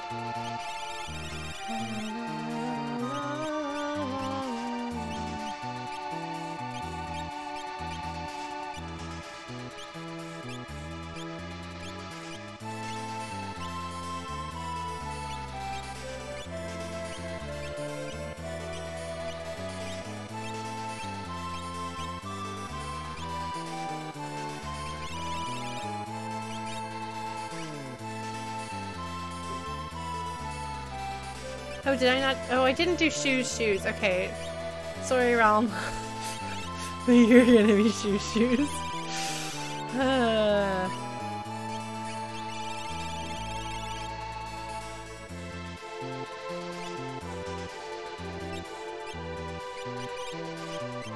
Alright. We're good to go, folks. Okay, so my friends who play Final Fantasy XIV, there's the thing that you, when you're like looking for party to do a dungeon, and I've never been able to figure out what that little symbol that appears beside your name is, but doesn't it look like the controls of this, the top half of this right here?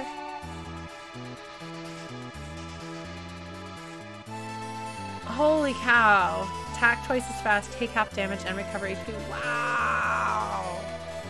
That's really good. Let's try not to die to Doomgaze, though. Whoops!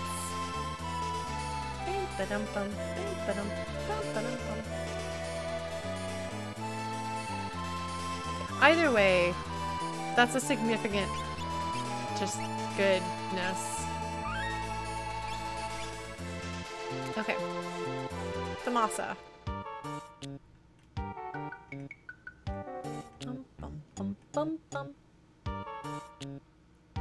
Yay!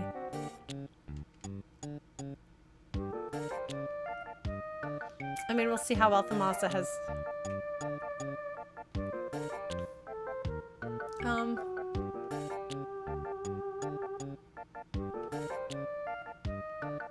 Gung-Ho. What was Gung-Ho's name originally?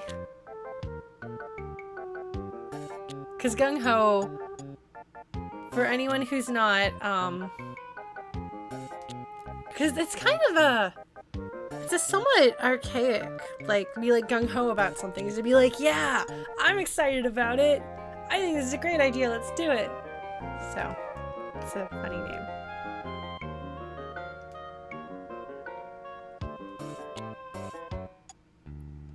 At your age?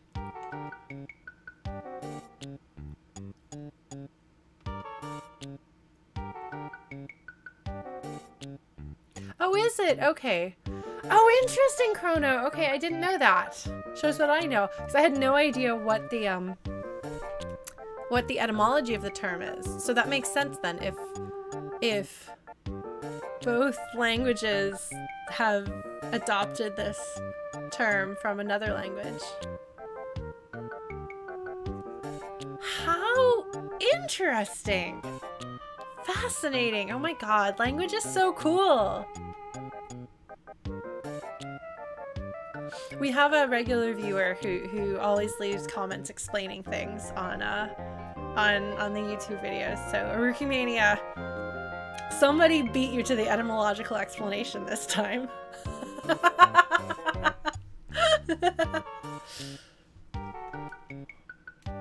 Yeah. Gonna imagine Strago sounding like my grandpa.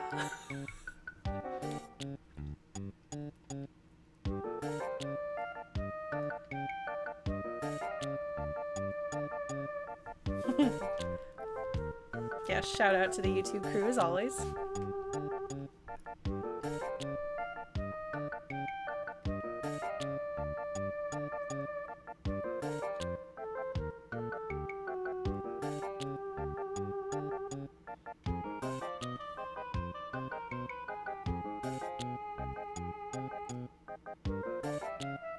Could easily slay you.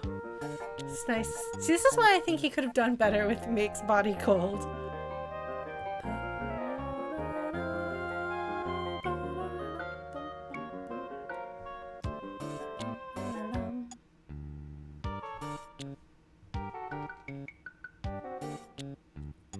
Hidon, because it hides.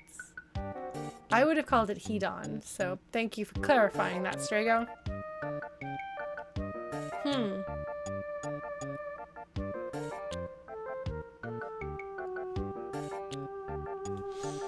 Yeah, it's cute.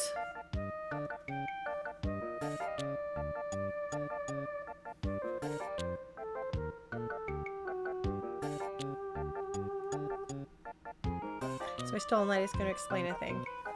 So as we talked about last time, I've never fully appreciated Realm and Strago. I mean, when I was a kid, I loved Realm because I was an obnoxious child and she's an obnoxious child. So like, you know, you have this bond because they're just like when you're grown up,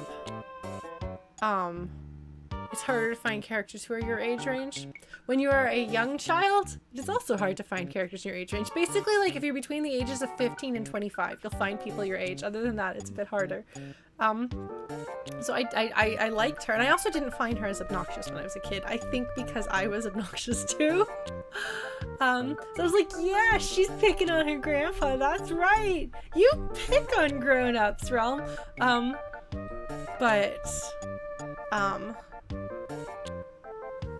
Like her, like, actually caring and wanting to protect him.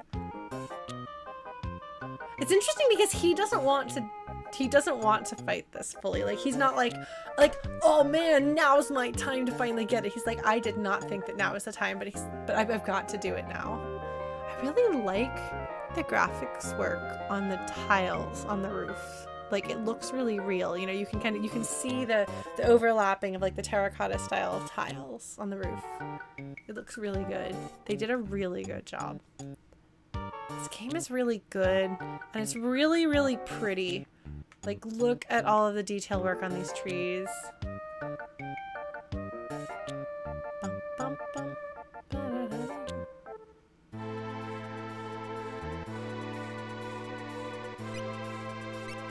Alright.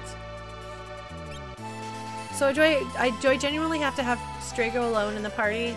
Do I like go up to the island and have Strago alone? No? Okay. I don't remember. Like, I vaguely remember that this exists, but it never really resonated. Like, it never made an impression on me. So I want to go up there though, right? I'm having some trouble. Okay.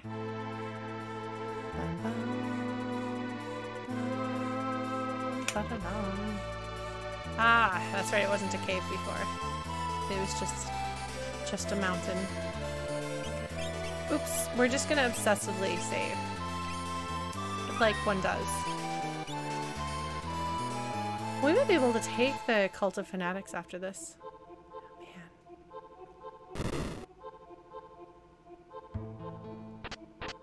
It's the Minch Munch Munch!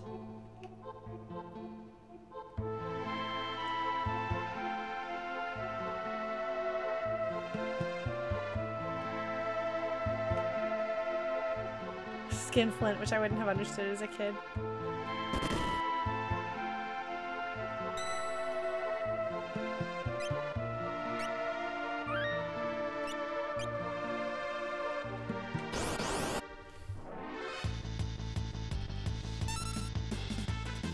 Wait, isn't Hippocampus,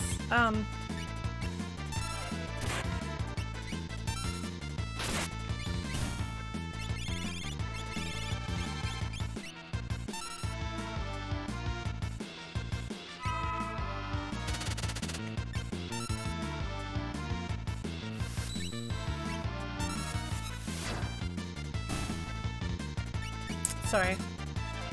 But isn't your hippocampus, like, isn't that not a creature, but isn't that like a part of your thyroid or something like that? I'm really not an expert here, but... Wow.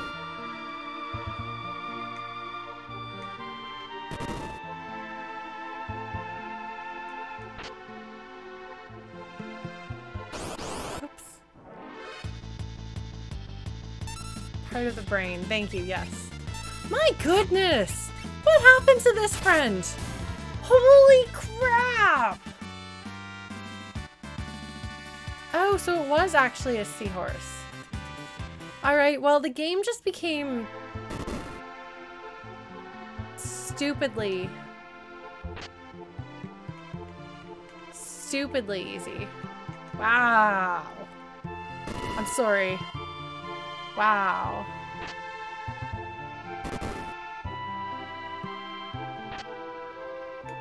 How many pieces of coral do I need?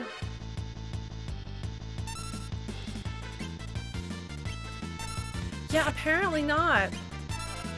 Jeez.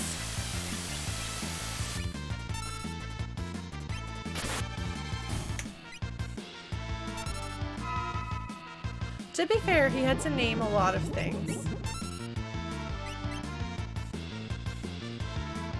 A pinnacus. Jeez, okay, wow. I didn't mean to make the game this inconsequentially easy, but I did. But that's fine. If we decide that we're tired of that, we can just take off the swords and have a go of it like normal people. Or have like only 1 or 2 of my party members be super overpowerful.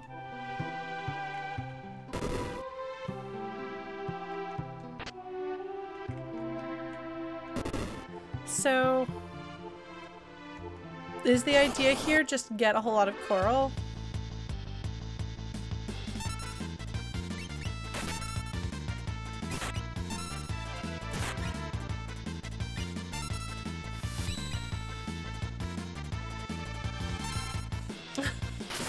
Oh, isn't the economizer the thing that makes it so it only takes a single MP to cast spells or something like that? That seems a little like overkill.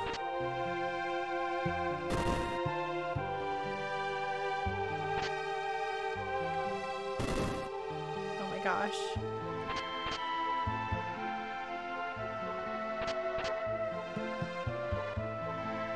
Okay. Alright. So, somehow, my sister and I, okay, so I sang the Go-Go Realms song for you guys last time.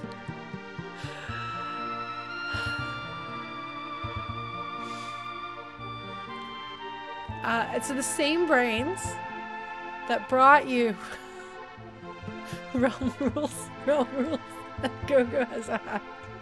Realm. The hat is cool. Also, minch, munch, munch is what we would say about this. I assume that's where we got it from. Unless there's some other thing.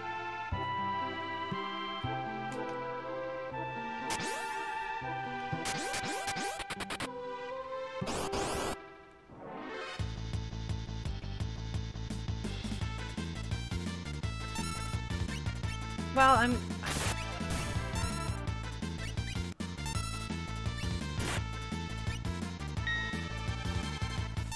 oh my gosh.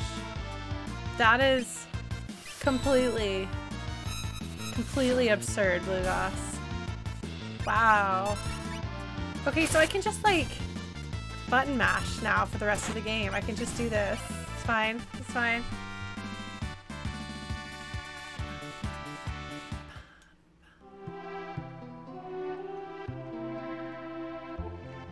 I think I know what you're talking about.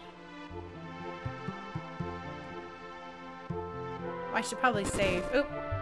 Right? No! Did I do it wrong? Oh, I did it wrong. Well, I thought I could go save and I couldn't, so that's fine. I would have been fine. But that's okay. We'll just do it again.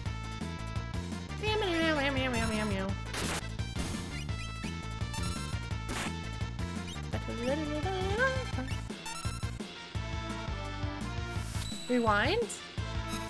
Is that an option? What do you mean by rewind? Is that a thing that you can do in That's cute, Chrono. It's nice to know that we're all absurd weirdos making funny jokes.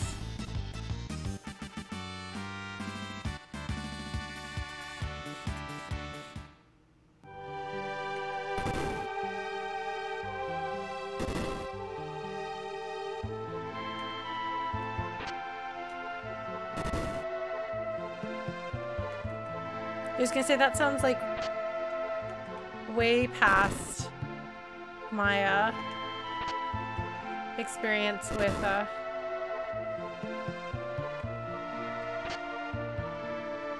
Oh, right, because this is Strago's side quest, so that makes sense, Blue Glass. Okay.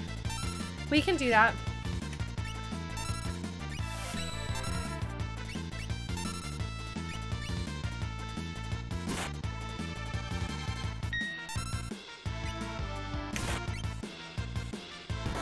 Having some trouble with my headphones because the skin on my hat has been very, very sore and itchy for a while. So I'm hoping that that doesn't mean that the hair loss that has been happening potentially because of iron deficiency, if that's what it is. Hopefully it's not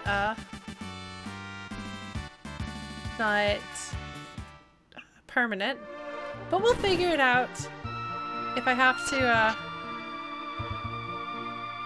yeah, I've heard that, Chrono, actually.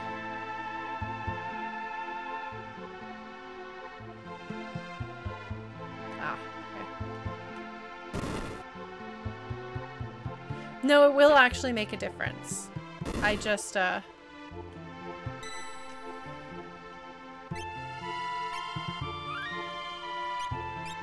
haven't had the best luck with cast iron cookware myself, but frankly, if it helps me not have an iron deficiency, I will work on it. I'm actually a bit freaked out at the thought of going bald. Which I know I shouldn't be, you know, it doesn't really matter, etc., but it's concerning. Because like, the thing is, I have like a really, really nice cooking pot, a Le Creuset, but it's not cast iron, so.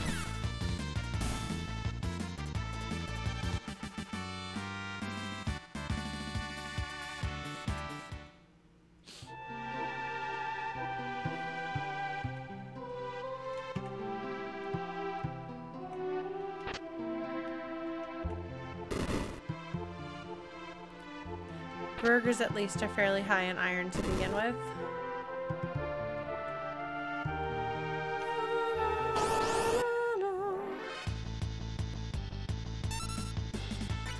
Well, it would also be very frustrating if it was like, oh, this is a thing that could have been reversible, but then wasn't because I didn't get it checked out soon enough, you know? Because one of the things that really sucks about a world that kind of gaslights you is that,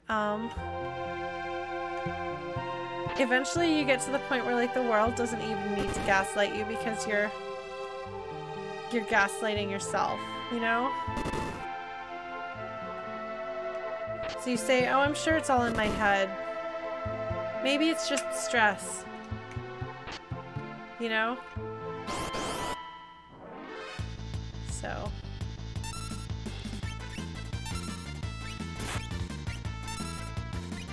I talked to the doctor who did the blood tests that saw that I had some of the 2 vitamin deficiencies when I was pretty sure that it was the hereditary hypothyroidism that runs in my family very strongly, but she says there's no way it could possibly be that.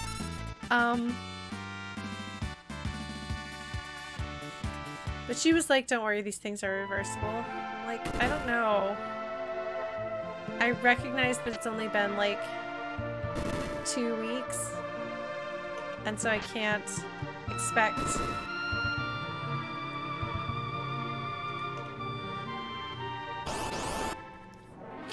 things to have gotten better, but like my scalp has gotten more and more like itchy and painful, and I finally looked it up about that, and they're like, oh, that's usually if like scarring is happening due to hair loss. And I'm like, cool, does that mean that my scalp is being permanently damaged?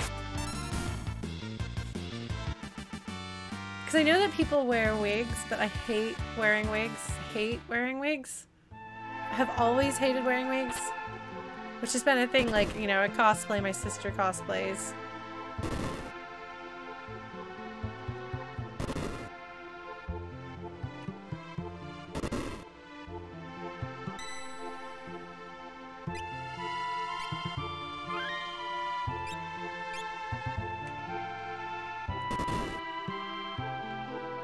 I had really hoped it would be my thyroid, because that would be, because I mean, my thyroid is still probably going to crap out at some point, so just now I get to keep an eye out for that because this wasn't that, you know? And I'm sorry, I'm actually, if I let myself think about this, I start freaking out, you know? You know? I'm gonna scoot this a little bit, because I think I kicked it.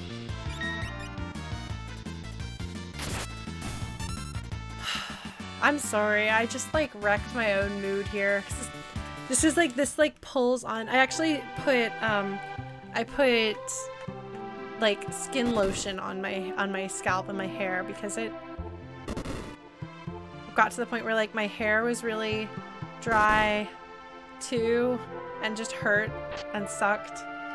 And I was like, what if I just try to hydrate it? So why is this happening now? It's random. It's because this dungeon noticed that I was upset about stuff and was like, what if I made that worse? And I'm like, that doesn't help.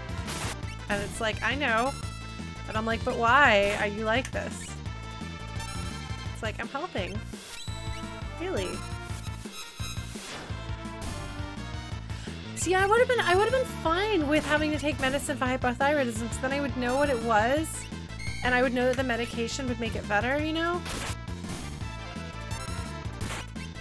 But I don't know.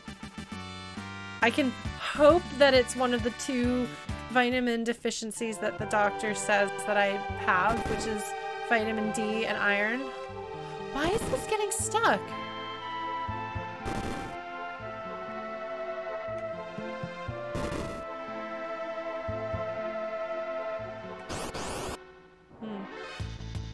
I don't think the itching is the hair growing back. I think that the hair is continuing to fall out, unfortunately.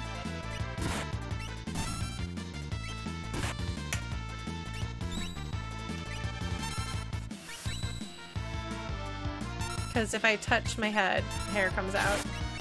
So we'll see what happens. My eyelashes and eyebrows don't seem to be affected, so it doesn't seem to be alopecia. Okay, I have so much coral. You little treasure chest. Hi! I do.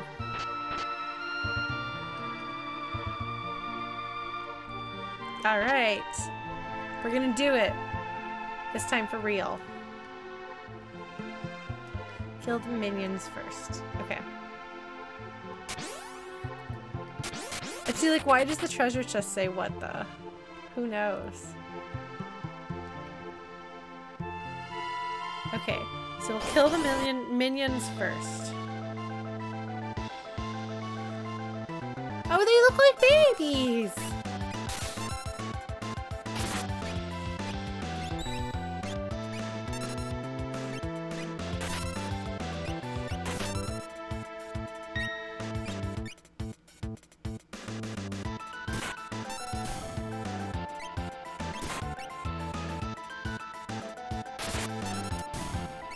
No, we're gonna leave. He looks kind of... He makes me think of Zeromus.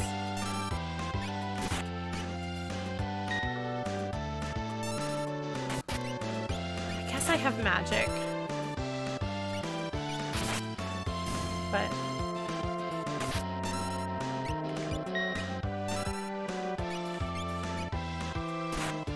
No.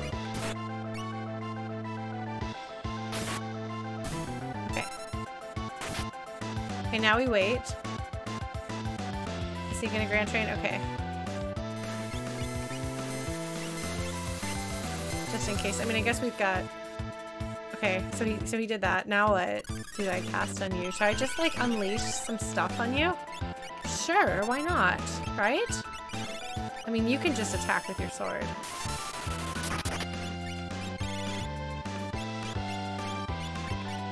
I mean, why not? Yeah, that sounds good.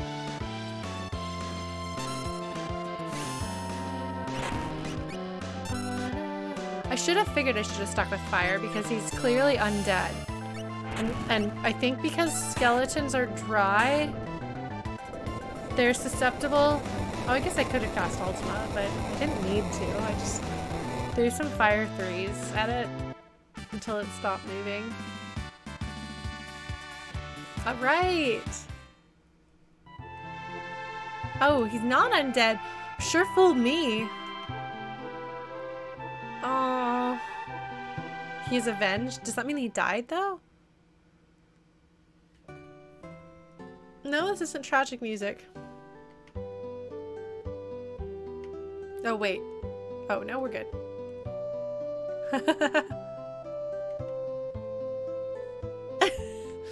Oh my god, these like two little old dudes.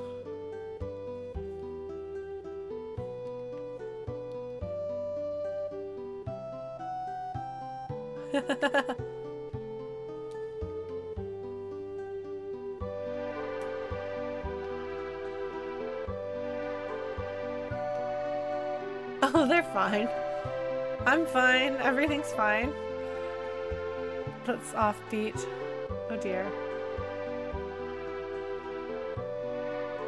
Oh my gosh, so they're just like being old dudes. Kapow! The whack. He's having such a good time. This is actually really cute.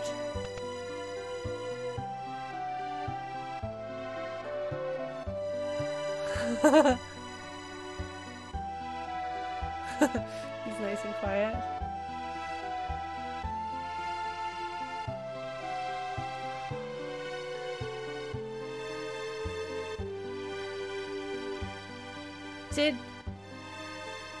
Did she ask him to do this?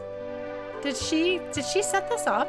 Also, look at how long Gung Ho's beard is. He has a majestic beard. Oh my god, that's adorable.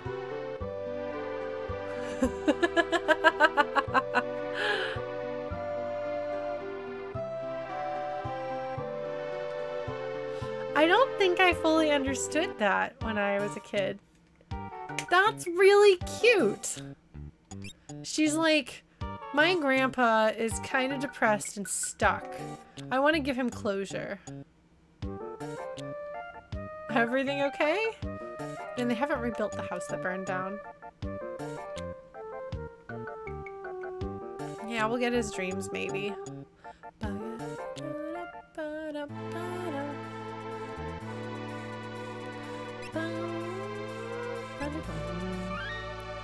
So we're gonna take Mog, we're gonna go do the sunken castle in half an hour. How do you guys feel about that?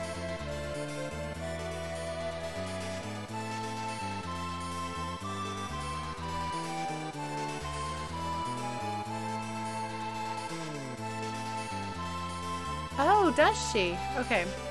Well, I do love Terra, so I think I can manage that.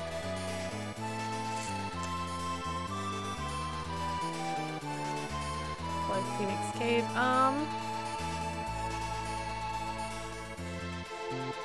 Where? I found it not when I wasn't looking for it. Watch me run into Doomgaze.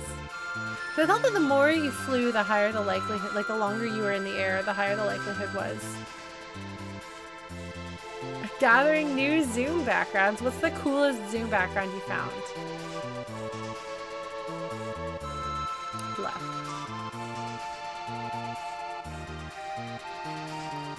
It looks like a dancing Charmeleon. Okay, that's the opera house. You think I could take the dragon? Let's switch our peoples. Oh, that's Figaro. Right.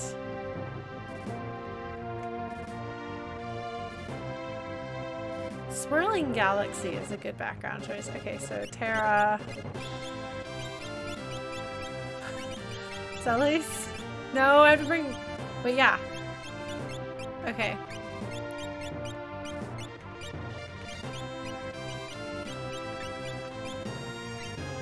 Is there anyone else I have to bring with me? For some reason in my head, I was convinced that this had something to do with Cyan, but it doesn't, does it? I think as a kid, I just managed to combine multiple Cyan. I combined this. No. Oh, I never knew you could do that. I mean, I probably did and then forgot. I just knew that this is how you put people in your party. Oh my gosh, Stolen Light. That's like both mean and very funny.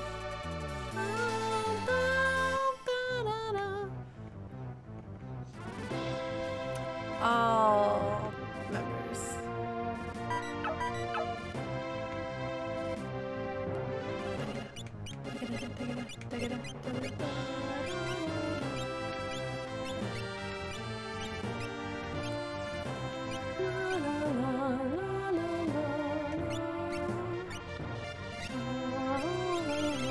Marble shoes are really good. Gold hairpin.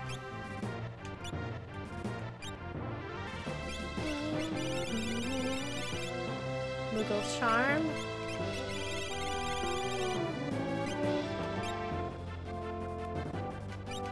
Somebody's gonna... Okay. You're gonna be my shoes. Where are they? There they are. Oh. Oh, you're right, Chrono. I should. Thank you. Provided I have one and it didn't disappear. Oh, I do have one. Okay, cool. Do I want to give Terra one of those too?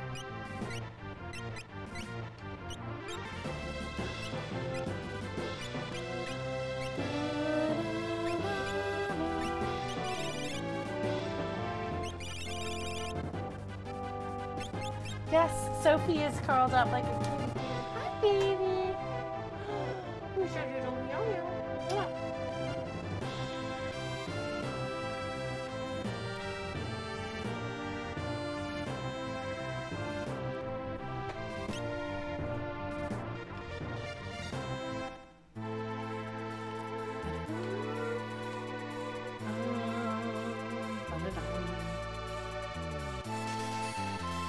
I could use a tent. That's true. Where? That's the Opera House. Or no, it's a Coliseum. And that's Figaro in the desert. Where is it? I thought you said that was Figaro.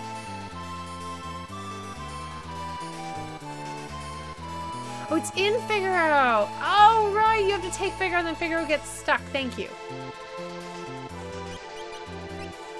Doma is the other castle-y thing on the map. Right. Got it. We're gonna do this.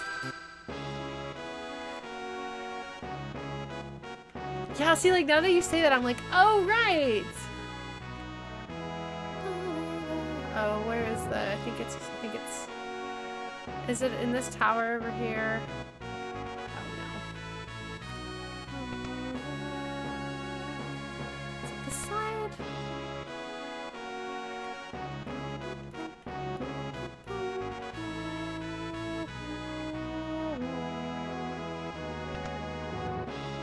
My guess was wrong.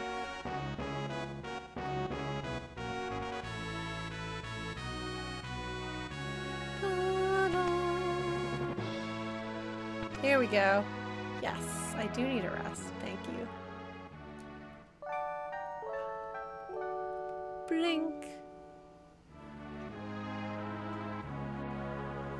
Oh man, I love Figaro. I really do. I love Figaro. Like I said, I love South Figaro the most, but I do love just Figaro in general.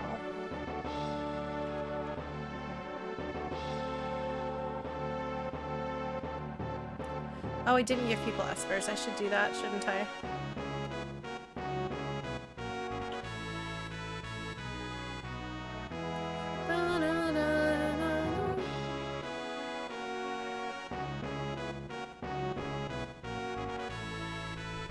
Alright.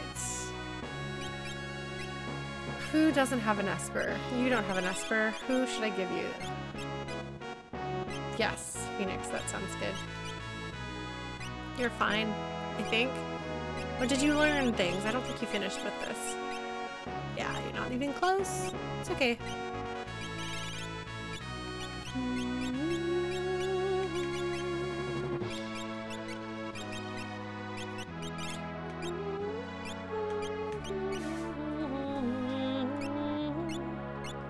Alright, there we go. Oh, is it not through here? You couldn't go back here. Okay, so it's not through here. I guess you just have to go out through normal. Alright.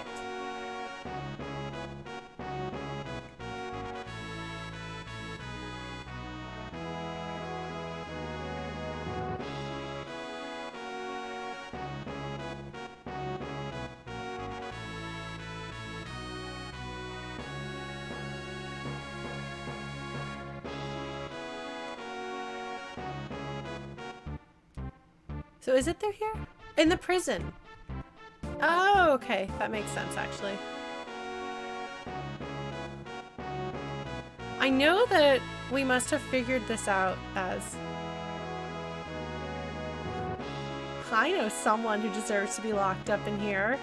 Who could it be? Yes. Okay, so I shouldn't run into random encounters here. It is such good music.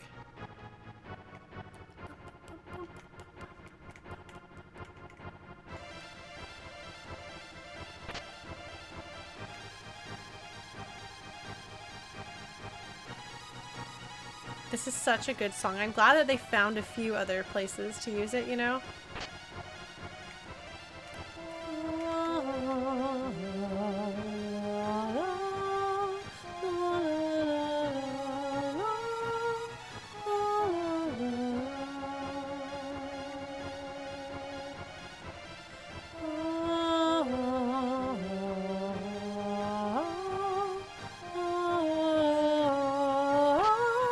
I figured this would be a monster box. Oh man, Master Pug. Oh no. Oh no. It's a Tonberry, guys. Tonberry. Am I gonna die? What do I'm trying to remember what the deal is with the Tonberry, other than just that you die when you fight Tonberries. So I basically just want to do the biggest amounts of damage I can do, right? You want to kill him before he approaches you because he slowly walks at you and then you die, right? Is it a better choice to have Celes use her sword? I guess we'll try this. I suppose I expected more. Yeah, more.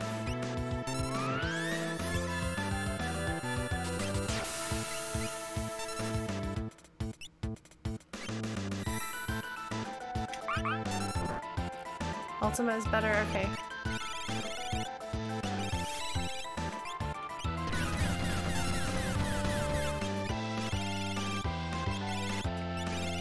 Where is Ultima?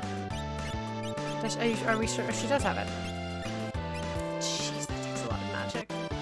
Wall change. Oh, that means, okay.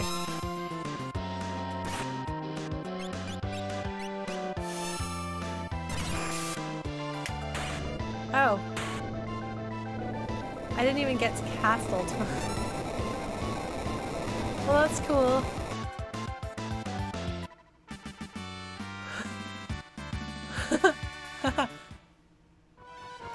It's funny that I got the greatest that I got there. I now have... Oh, Deep Shock, you missed it. I didn't realize exactly how the sketch glitch worked.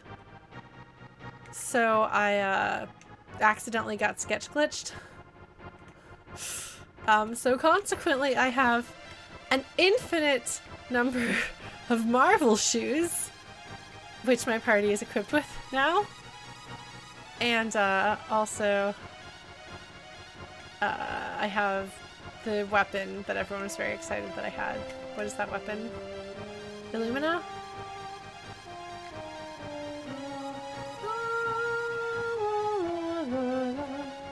Well, there's a more finite number of...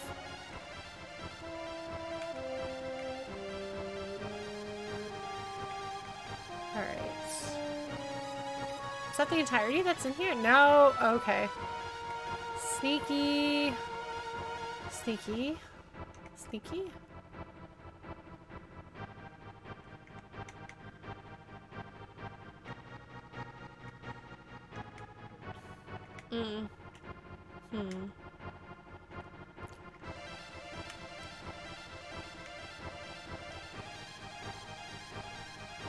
Oh.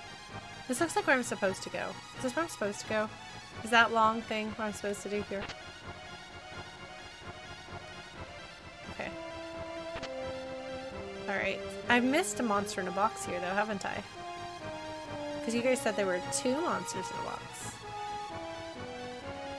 No? That's it? Did I do all of it? There's another one in the palace. Okay, well let's go there. Let's do this. See if I remember anything about this.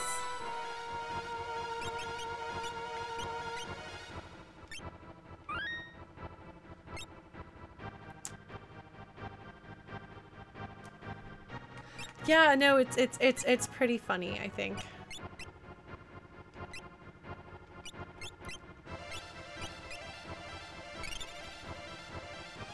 Wow, I took almost no damage from that. Oh, I guess I've got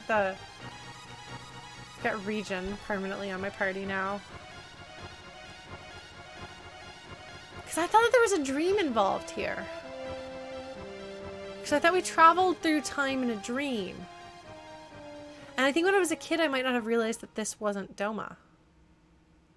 I don't know. I don't know. Those. Wait, is this? No, this is from the original War of the Magi, isn't it? Yeah, it is. I don't know why I didn't know that.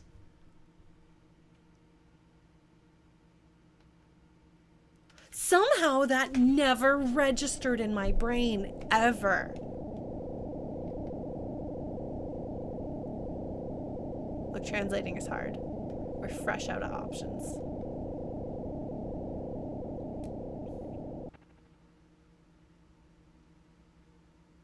Terra can feel the presence of the magic. Okay, this is way interesting. And he's an Esper who is in love with the Queen.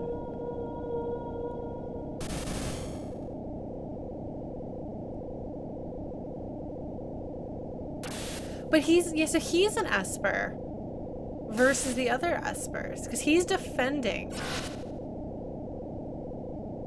the castle here.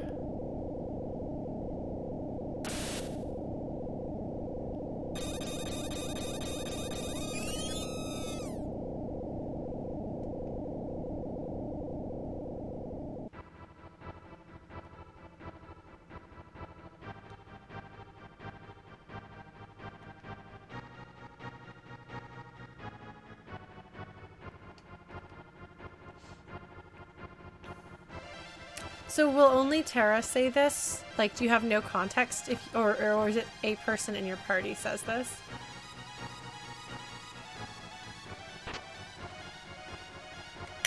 Punisher. Huh. That's so interesting. These look like things I can go through. Yes, they are.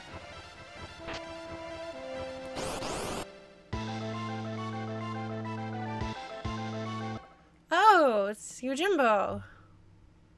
But a ghost. I assume I want to take them seriously. Do I need to worry about everything? She's Sabin.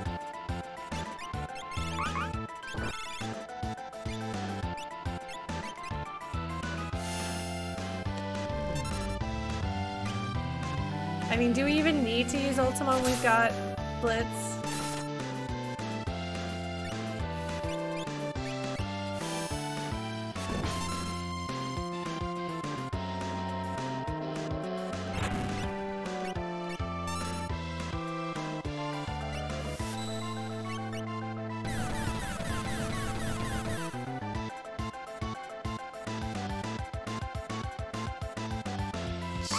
Oh, look!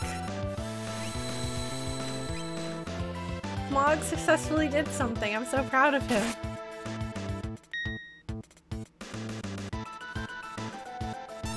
Do the Marvel shoes also make me... Oh, what is it supposed to be, Stolen Light?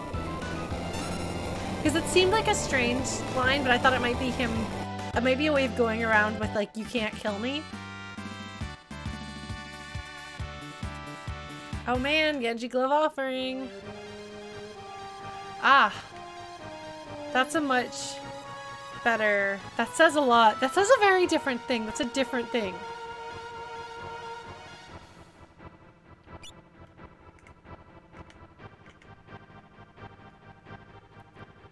I swear...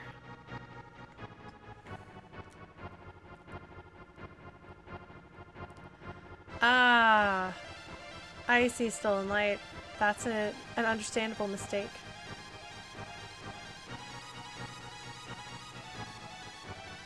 Yeah, that's why Genji Glove offering is amazing, because then you attack way more times. Because you've got all the swords. All the swords. Every sword in your hands. What's going on in here?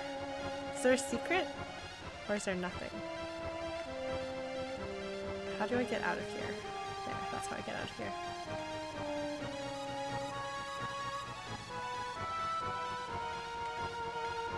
Ah, this is gonna tell us a story. Queen's Diary.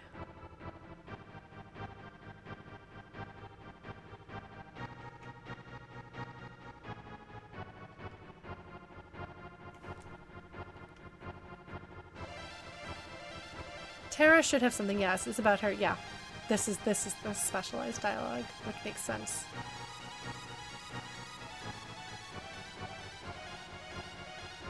Yeah, that is really interesting to know that that was a taboo even 1,000 years ago, you know?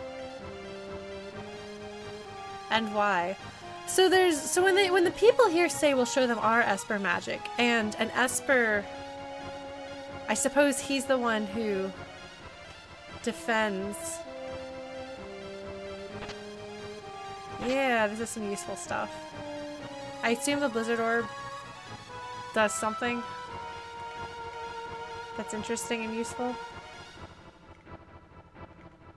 Oh, I don't really care about Woo. Although woo is truly the best thing that I did. I appreciate that you guys are willing to call him Woo because I called him Woo and that's his name now. So Odin lives here among these people and he's one of their espers. And the other side has their espers. But there's still, even if we're coexisting, humans and espers coexisting, there's still the rule that they should not intermarry. It's interesting to me.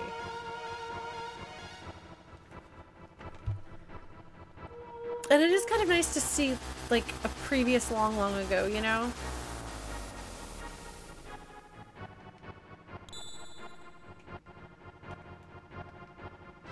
So, Odin...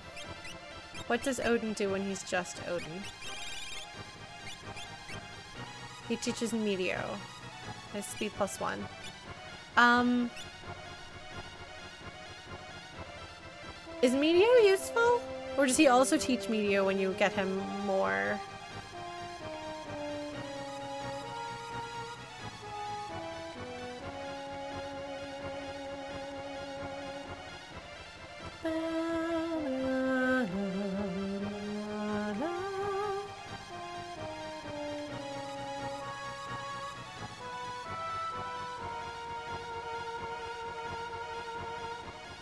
Okay, got it. No, I know I have to find... Yeah, I have to find her. Here. And then fight something, right? To the right? Yeah, there just seemed to be a lot more castle there.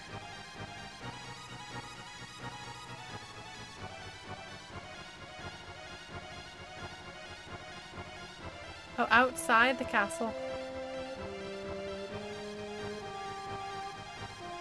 What is quick?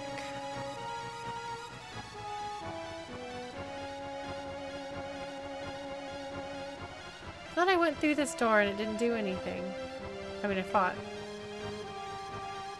2 actions per turn.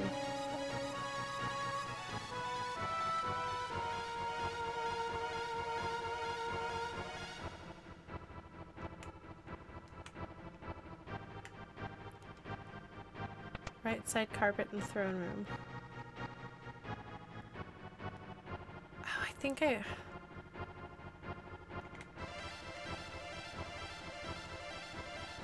not here.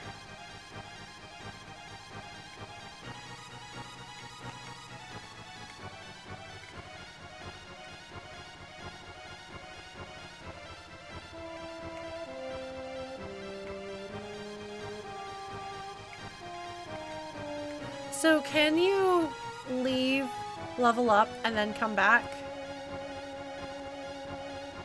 Oh, it's the Queen's Diary. Yeah, because I thought it was related to the Queen's Diary. Because I already talked to Sparkle, that was the bookshelf. The Queen's Diary. Did I do it in the wrong order? Did I do it in the wrong order?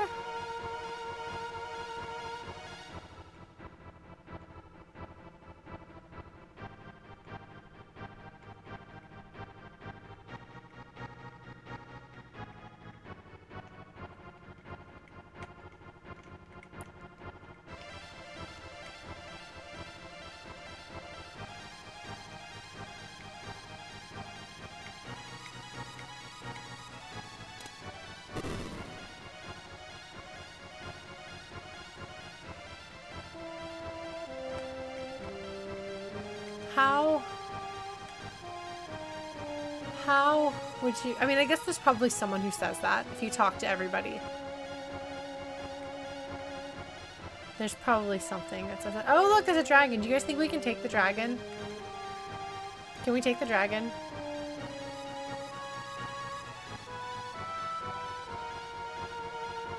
Alright, we're gonna take the dragon.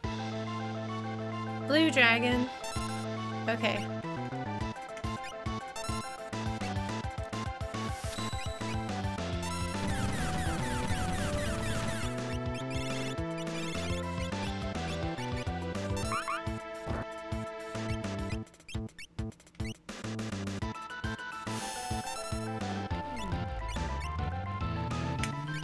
Lightning? Okay.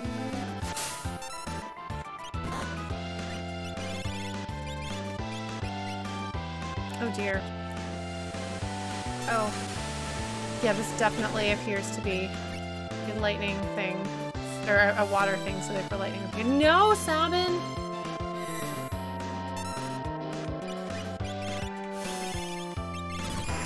Okay, so I don't have Bolt 3 here. Lit 3. Thundaga.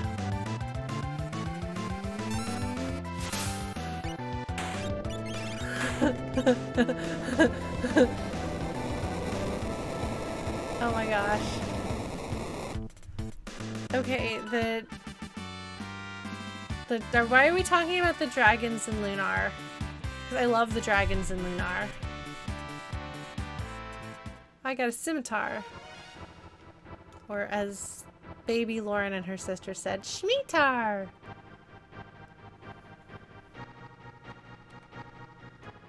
I loved the original Lunar on the Sega CD, and I liked the PlayStation remake of it well enough, but it was less melodramatic and dark and tragic, so.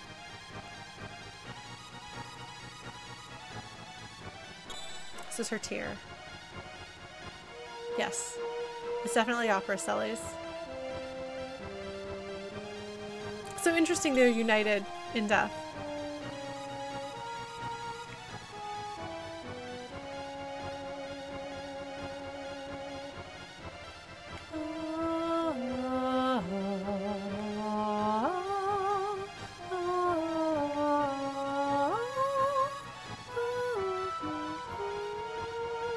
It's okay, I don't need to warp out.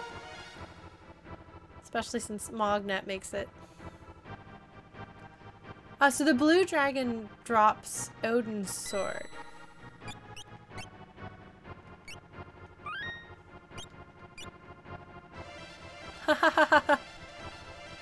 Maybe so.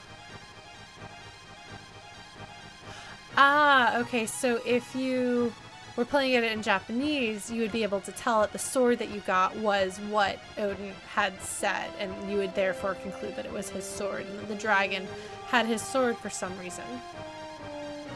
But the dragon isn't what killed him. It was a sorcerer who turned him to stone.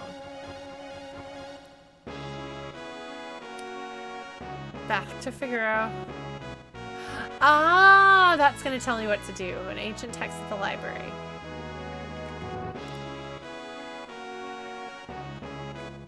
Okay, so we're going to go take a look at the library once we finish going back to normal.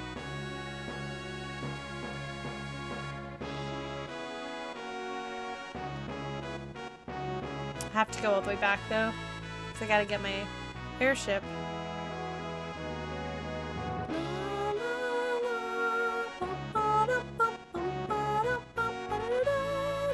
Oh my god, I love South Figaro! It's my favorite!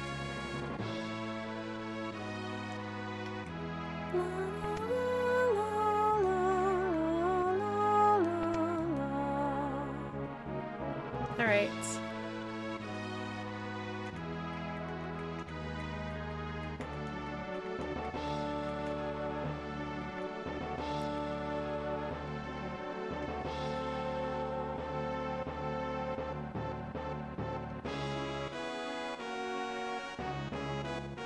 See? So it does tell you that directly, and it tells, like, there's a bunch of hints, so it's not totally random. Because I know that I saw that when I was a kid. So it's interesting because that's a little bit of very subtle storytelling.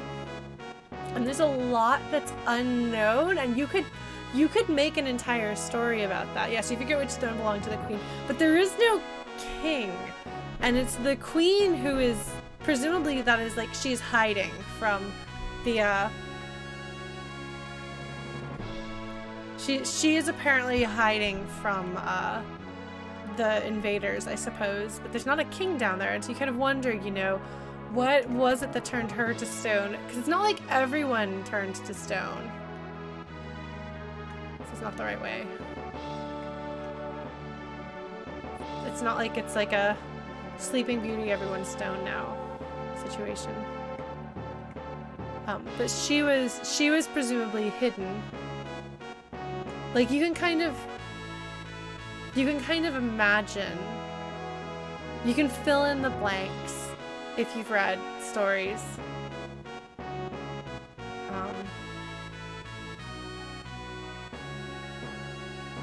Continue the journey.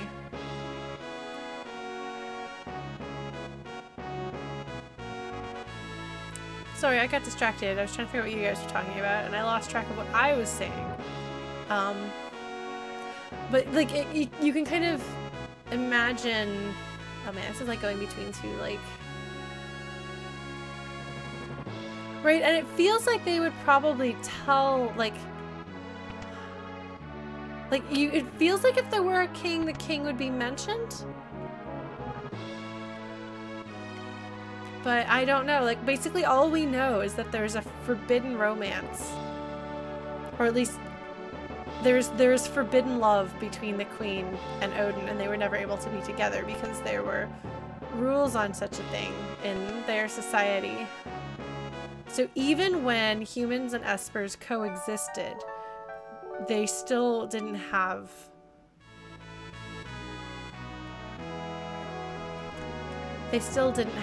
the, oh no, that is right. Like, they were never equals alongside each other, you know? It was never fully two groups of people that...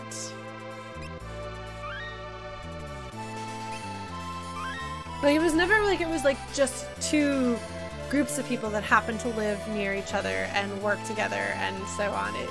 There was always more to it than that. Which is interesting. Because you do kind of wonder, you know, is Terra the only one of her kind? Or would you have... How did the humans wind up with Esper magic? Like, how did the people of Thamasa wind up with magic? Were they, oh, the queen is a princess in the Japanese version still. Like, oh, that actually makes more sense in a way. Because then you picture kind of like the, you know, the king and queen perhaps go out and fight, or do something else, and like, you can imagine Odin saying, "Princess, hide," because Odin is standing above, basically preventing anyone from being able to get to her. So he's like, "Princess, I'll defend you. Go down there." And so she does, and she hears the battle above, and then she is turned to stone along with her love.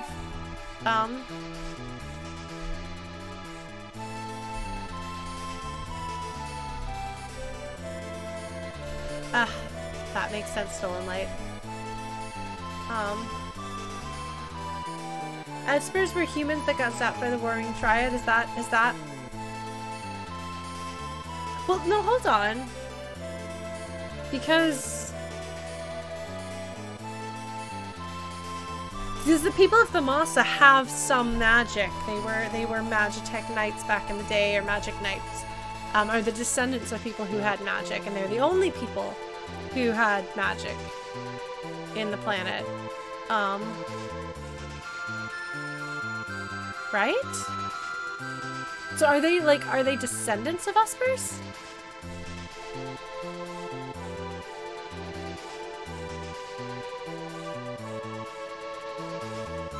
I know there is more information available about the Warring Triad and the War of the Magi and things like that. I think it might be, there was a novel of some sort that came out in Japan that has some information that you can choose to take as canon or not, depending on your feelings on the subject. I think that's where we know what we do know about Kafka's backstory, basically, that he was an adult when the experiment was done to him.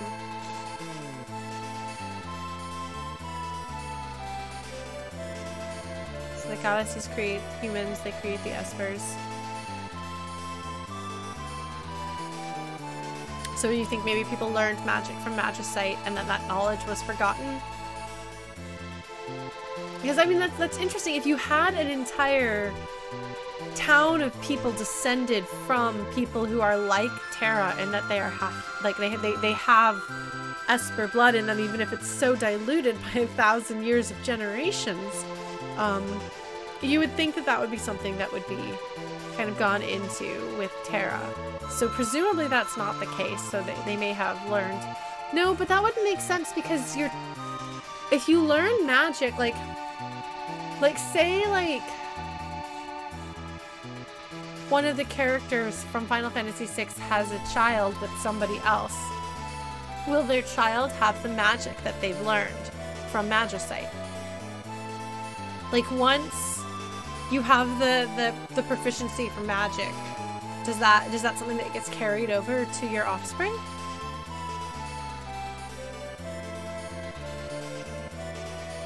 And does Celie seriously learn Medio on her own if she gets to a high enough level without the influence of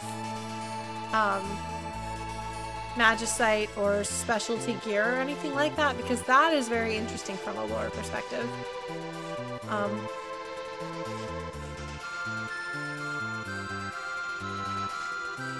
Right, but you know what I mean? Like if somebody were to have, like so right now our party is the only people really outside of the Masa who have magic. Like it's not like a thing that other people have. If someone from our party were to have a child, would that be hereditary? Like I'm curious about that.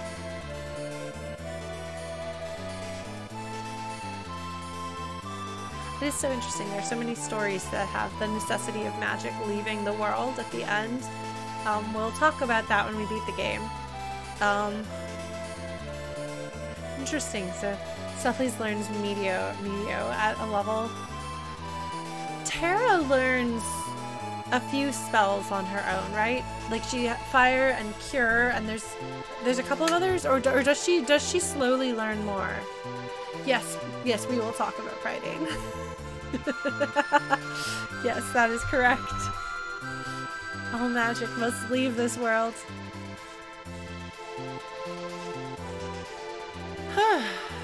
Go across to the summer country.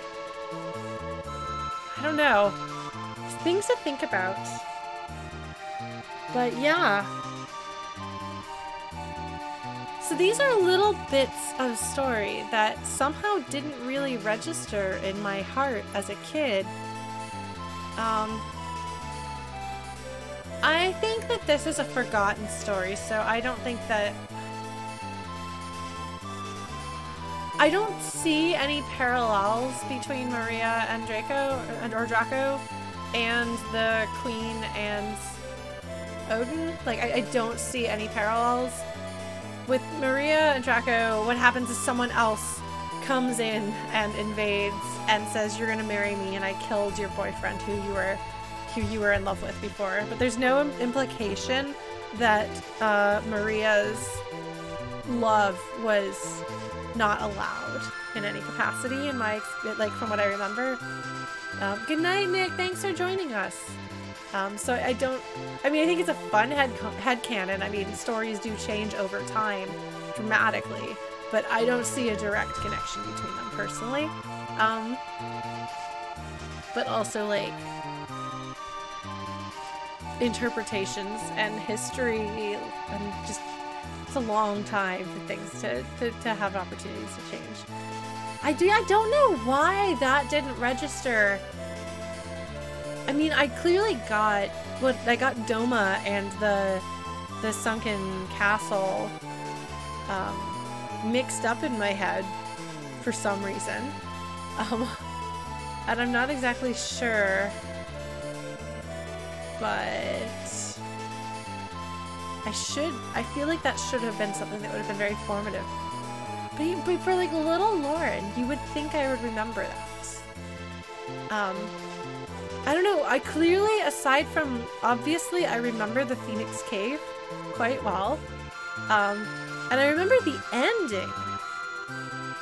But I don't remember Strago. I mean, once I got there, I was like, oh, this, right. But I don't really remember the details of it. And I don't really remember the The ending sequence is incredible. We're not going to say anything wrong with the ending sequence.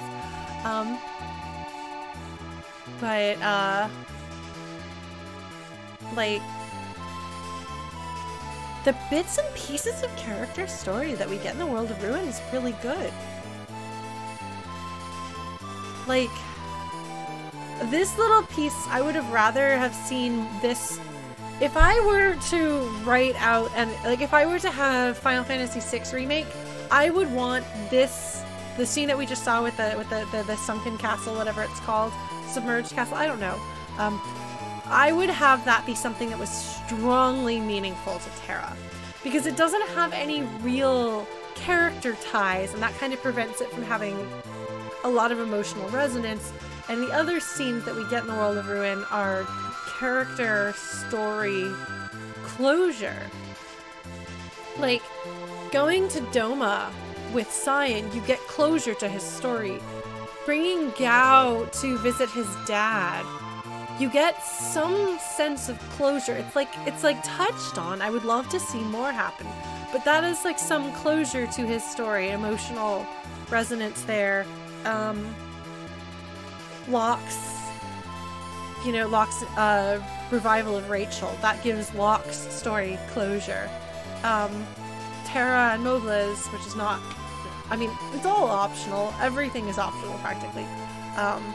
That's her closure. Like, it's interesting. I had some kind of complaints looking back. I looked at the ending and was like, but the ending doesn't really seem to bring closure to people's stories. It's like these little snippets sometimes of them like doing like a goofy thing or a cute thing or whatever. But it's because their stories have closure in the World of Ruin. Sometimes it's optional, but they're all really good scenes. Like, Cyan's closure with his family, like that is really, really sweet. The scene with Gao and his dad, we talked about it. It's powerful given that there's very little time given to Gao as a serious character with serious story. Realm and Strago, like even the scene with Strago's closure there is really, it's sweet. It shows like a goodness and a love in their relationship, and gives more depth and nuance to the characters, and kind of like wraps up in a way like this is what their relationship is going to be like. As Realm gets older, she will take care of Strago and make sure he's okay, and he gets to have like this like satisfying closure to something in his life. Yeah, it's all good stuff. I tend to like, I'm like, oh, but these things are optional. But the Phoenix Cave isn't. Yes, the Phoenix Cave is every bit as optional, plus it's hard. The Phoenix Cave is hard. So you actually have to do more for it than some of these. And the Phoenix Cave is, I mean, there's more to it, but it's no different than any of these other side quest closure stories. It just happens to be my favorite character and my OTP, so I know it better.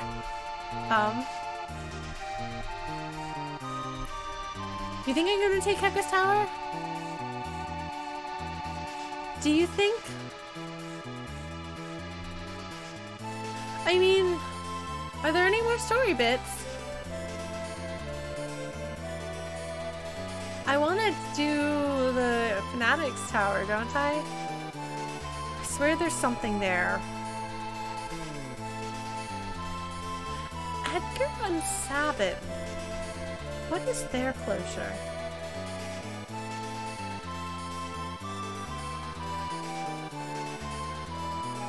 Edgar comes back to be king.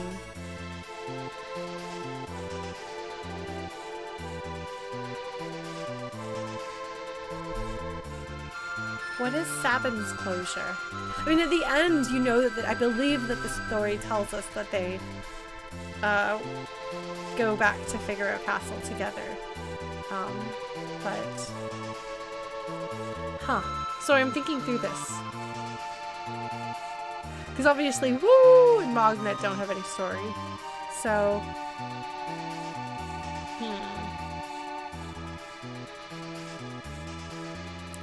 I don't really care about breaking the game, and plus I accidentally. Yeah, I guess that's true. I guess Sabin's closure is Duncan passing along, basically training him to become the martial arts master. I wonder, and I don't know if this is actually in the game, and if I don't remember it or not, but I wonder if Duncan wants Sabin to be the one who inherits his teaching tradition, and Sabin shies away from that and says, no, like, your son is the true person who should do this. I don't like responsibility and I don't want to be in charge of things. And so then Sabin inheriting a tradition and stepping up to be the master of that tradition kind of brings that, both his running away from... Well, because like when we first meet Sabin, the son whose name I got wrong last time, so now I don't remember his name at all. He's like, my dad picked you, and Sabin is like, no, he didn't, he picked you, Vargas, thank you. Because Sabin tells Vargas, your dad picked you, he didn't pick me. And for a long time, I always just thought that Vargas was assuming that Duncan had picked Sabin, and Duncan hadn't actually picked Sabin, that Sabin was telling the truth when he said, your dad picked you. But now, I wonder if that's true, if Sabin was saying that to Vargas to make him feel better and calm down the situation.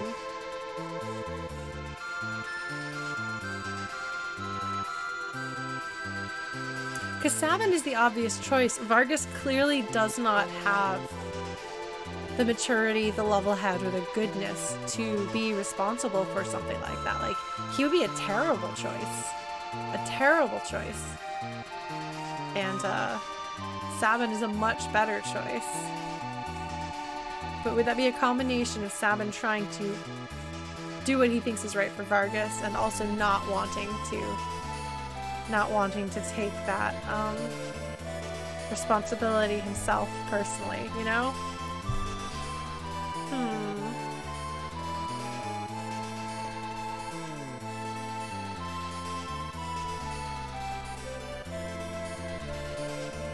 Yeah, it makes sense. Like Vargas would be a terrible choice. Absolutely dreadful. And it may be that Duncan told Sabin, and Sabin was like, no, you should pick your son. I am not your heir. I'm not your heir. So, interesting. Yeah, no, this is good. This is good. This is fun and good and interesting to kind of recontextualize these characters who've been in my life for 25 years. That's a long time.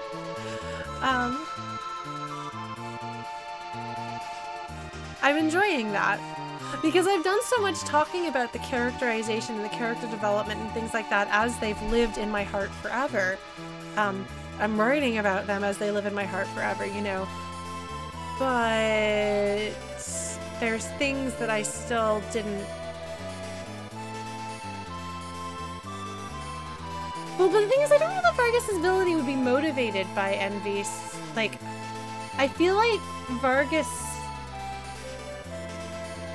It says something about who Vargas is as a person that he would act that way to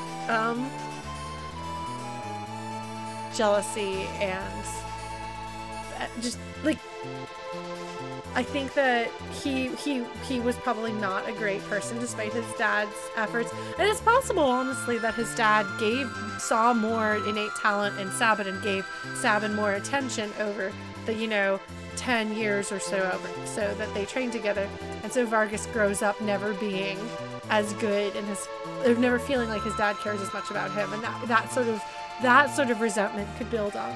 I don't know. I do like, yeah, I think I think we can read this sort of thing into it, and there's support for it in the text, but I don't know that the game gives us enough of it, and I think that that's not oversight on their part. I think that there's only so much they could do. I'm very glad. I can't imagine the game ending at the end of the floating continent because the character stories don't get resolved. Maybe they scooched things from the world of balance to the world of ruin for that.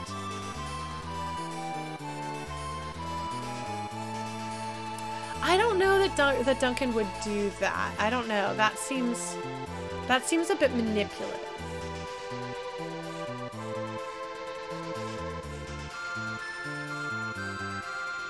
Right? Gregory, I was playing this. Now it's 10 p.m. so I can't play this, but I was playing with this flute at the beginning of the stream because it's one of the ones that my band does in our Final Fantasy VI medley, so it's hard for me not to sing along with it. It's great. It's a great song though.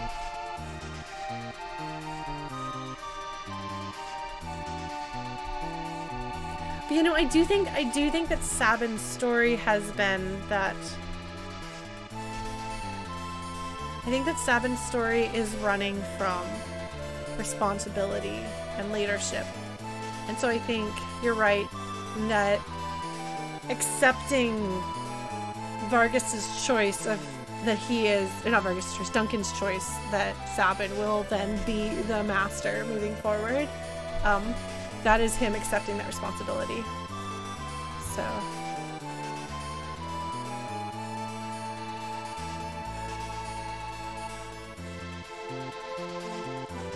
Yeah, so that's cool stuff. I'm gonna keep thinking on this.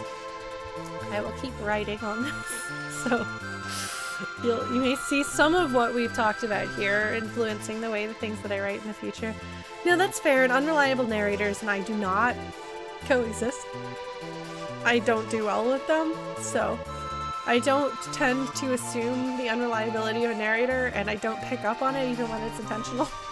So I will really acknowledge that.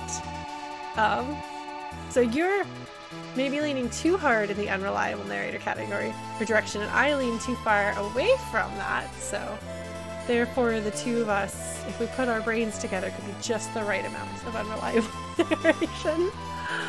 Alright, I have work that I need to pick up and continue. Thank you guys so much for joining me. This has been fun. I'm probably going to cut out the trying to fix the glitching on my computer from YouTube. But thank you for your patience as we talked about writing and apparently glitched the game. If you're not yet on our Discord server, please feel free to join us on Discord. If you want to hang out on social media, there's social medias for you. I don't think I have anything else to share right now. But yeah, and if you like what I have to say about Final Fantasy VI, you can read my fanfic.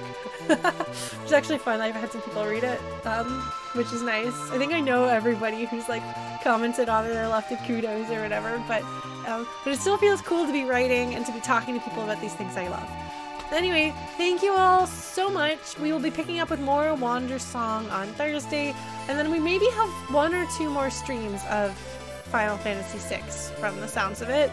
And then we'll pick up with Suikoden, so you can look forward to that. Take care of yourselves, stay safe, stay healthy, and I will see you lovely folks, maybe Thursday, maybe Tuesday, maybe if I do something on the weekend, we'll see. Goodbye, take care, good night.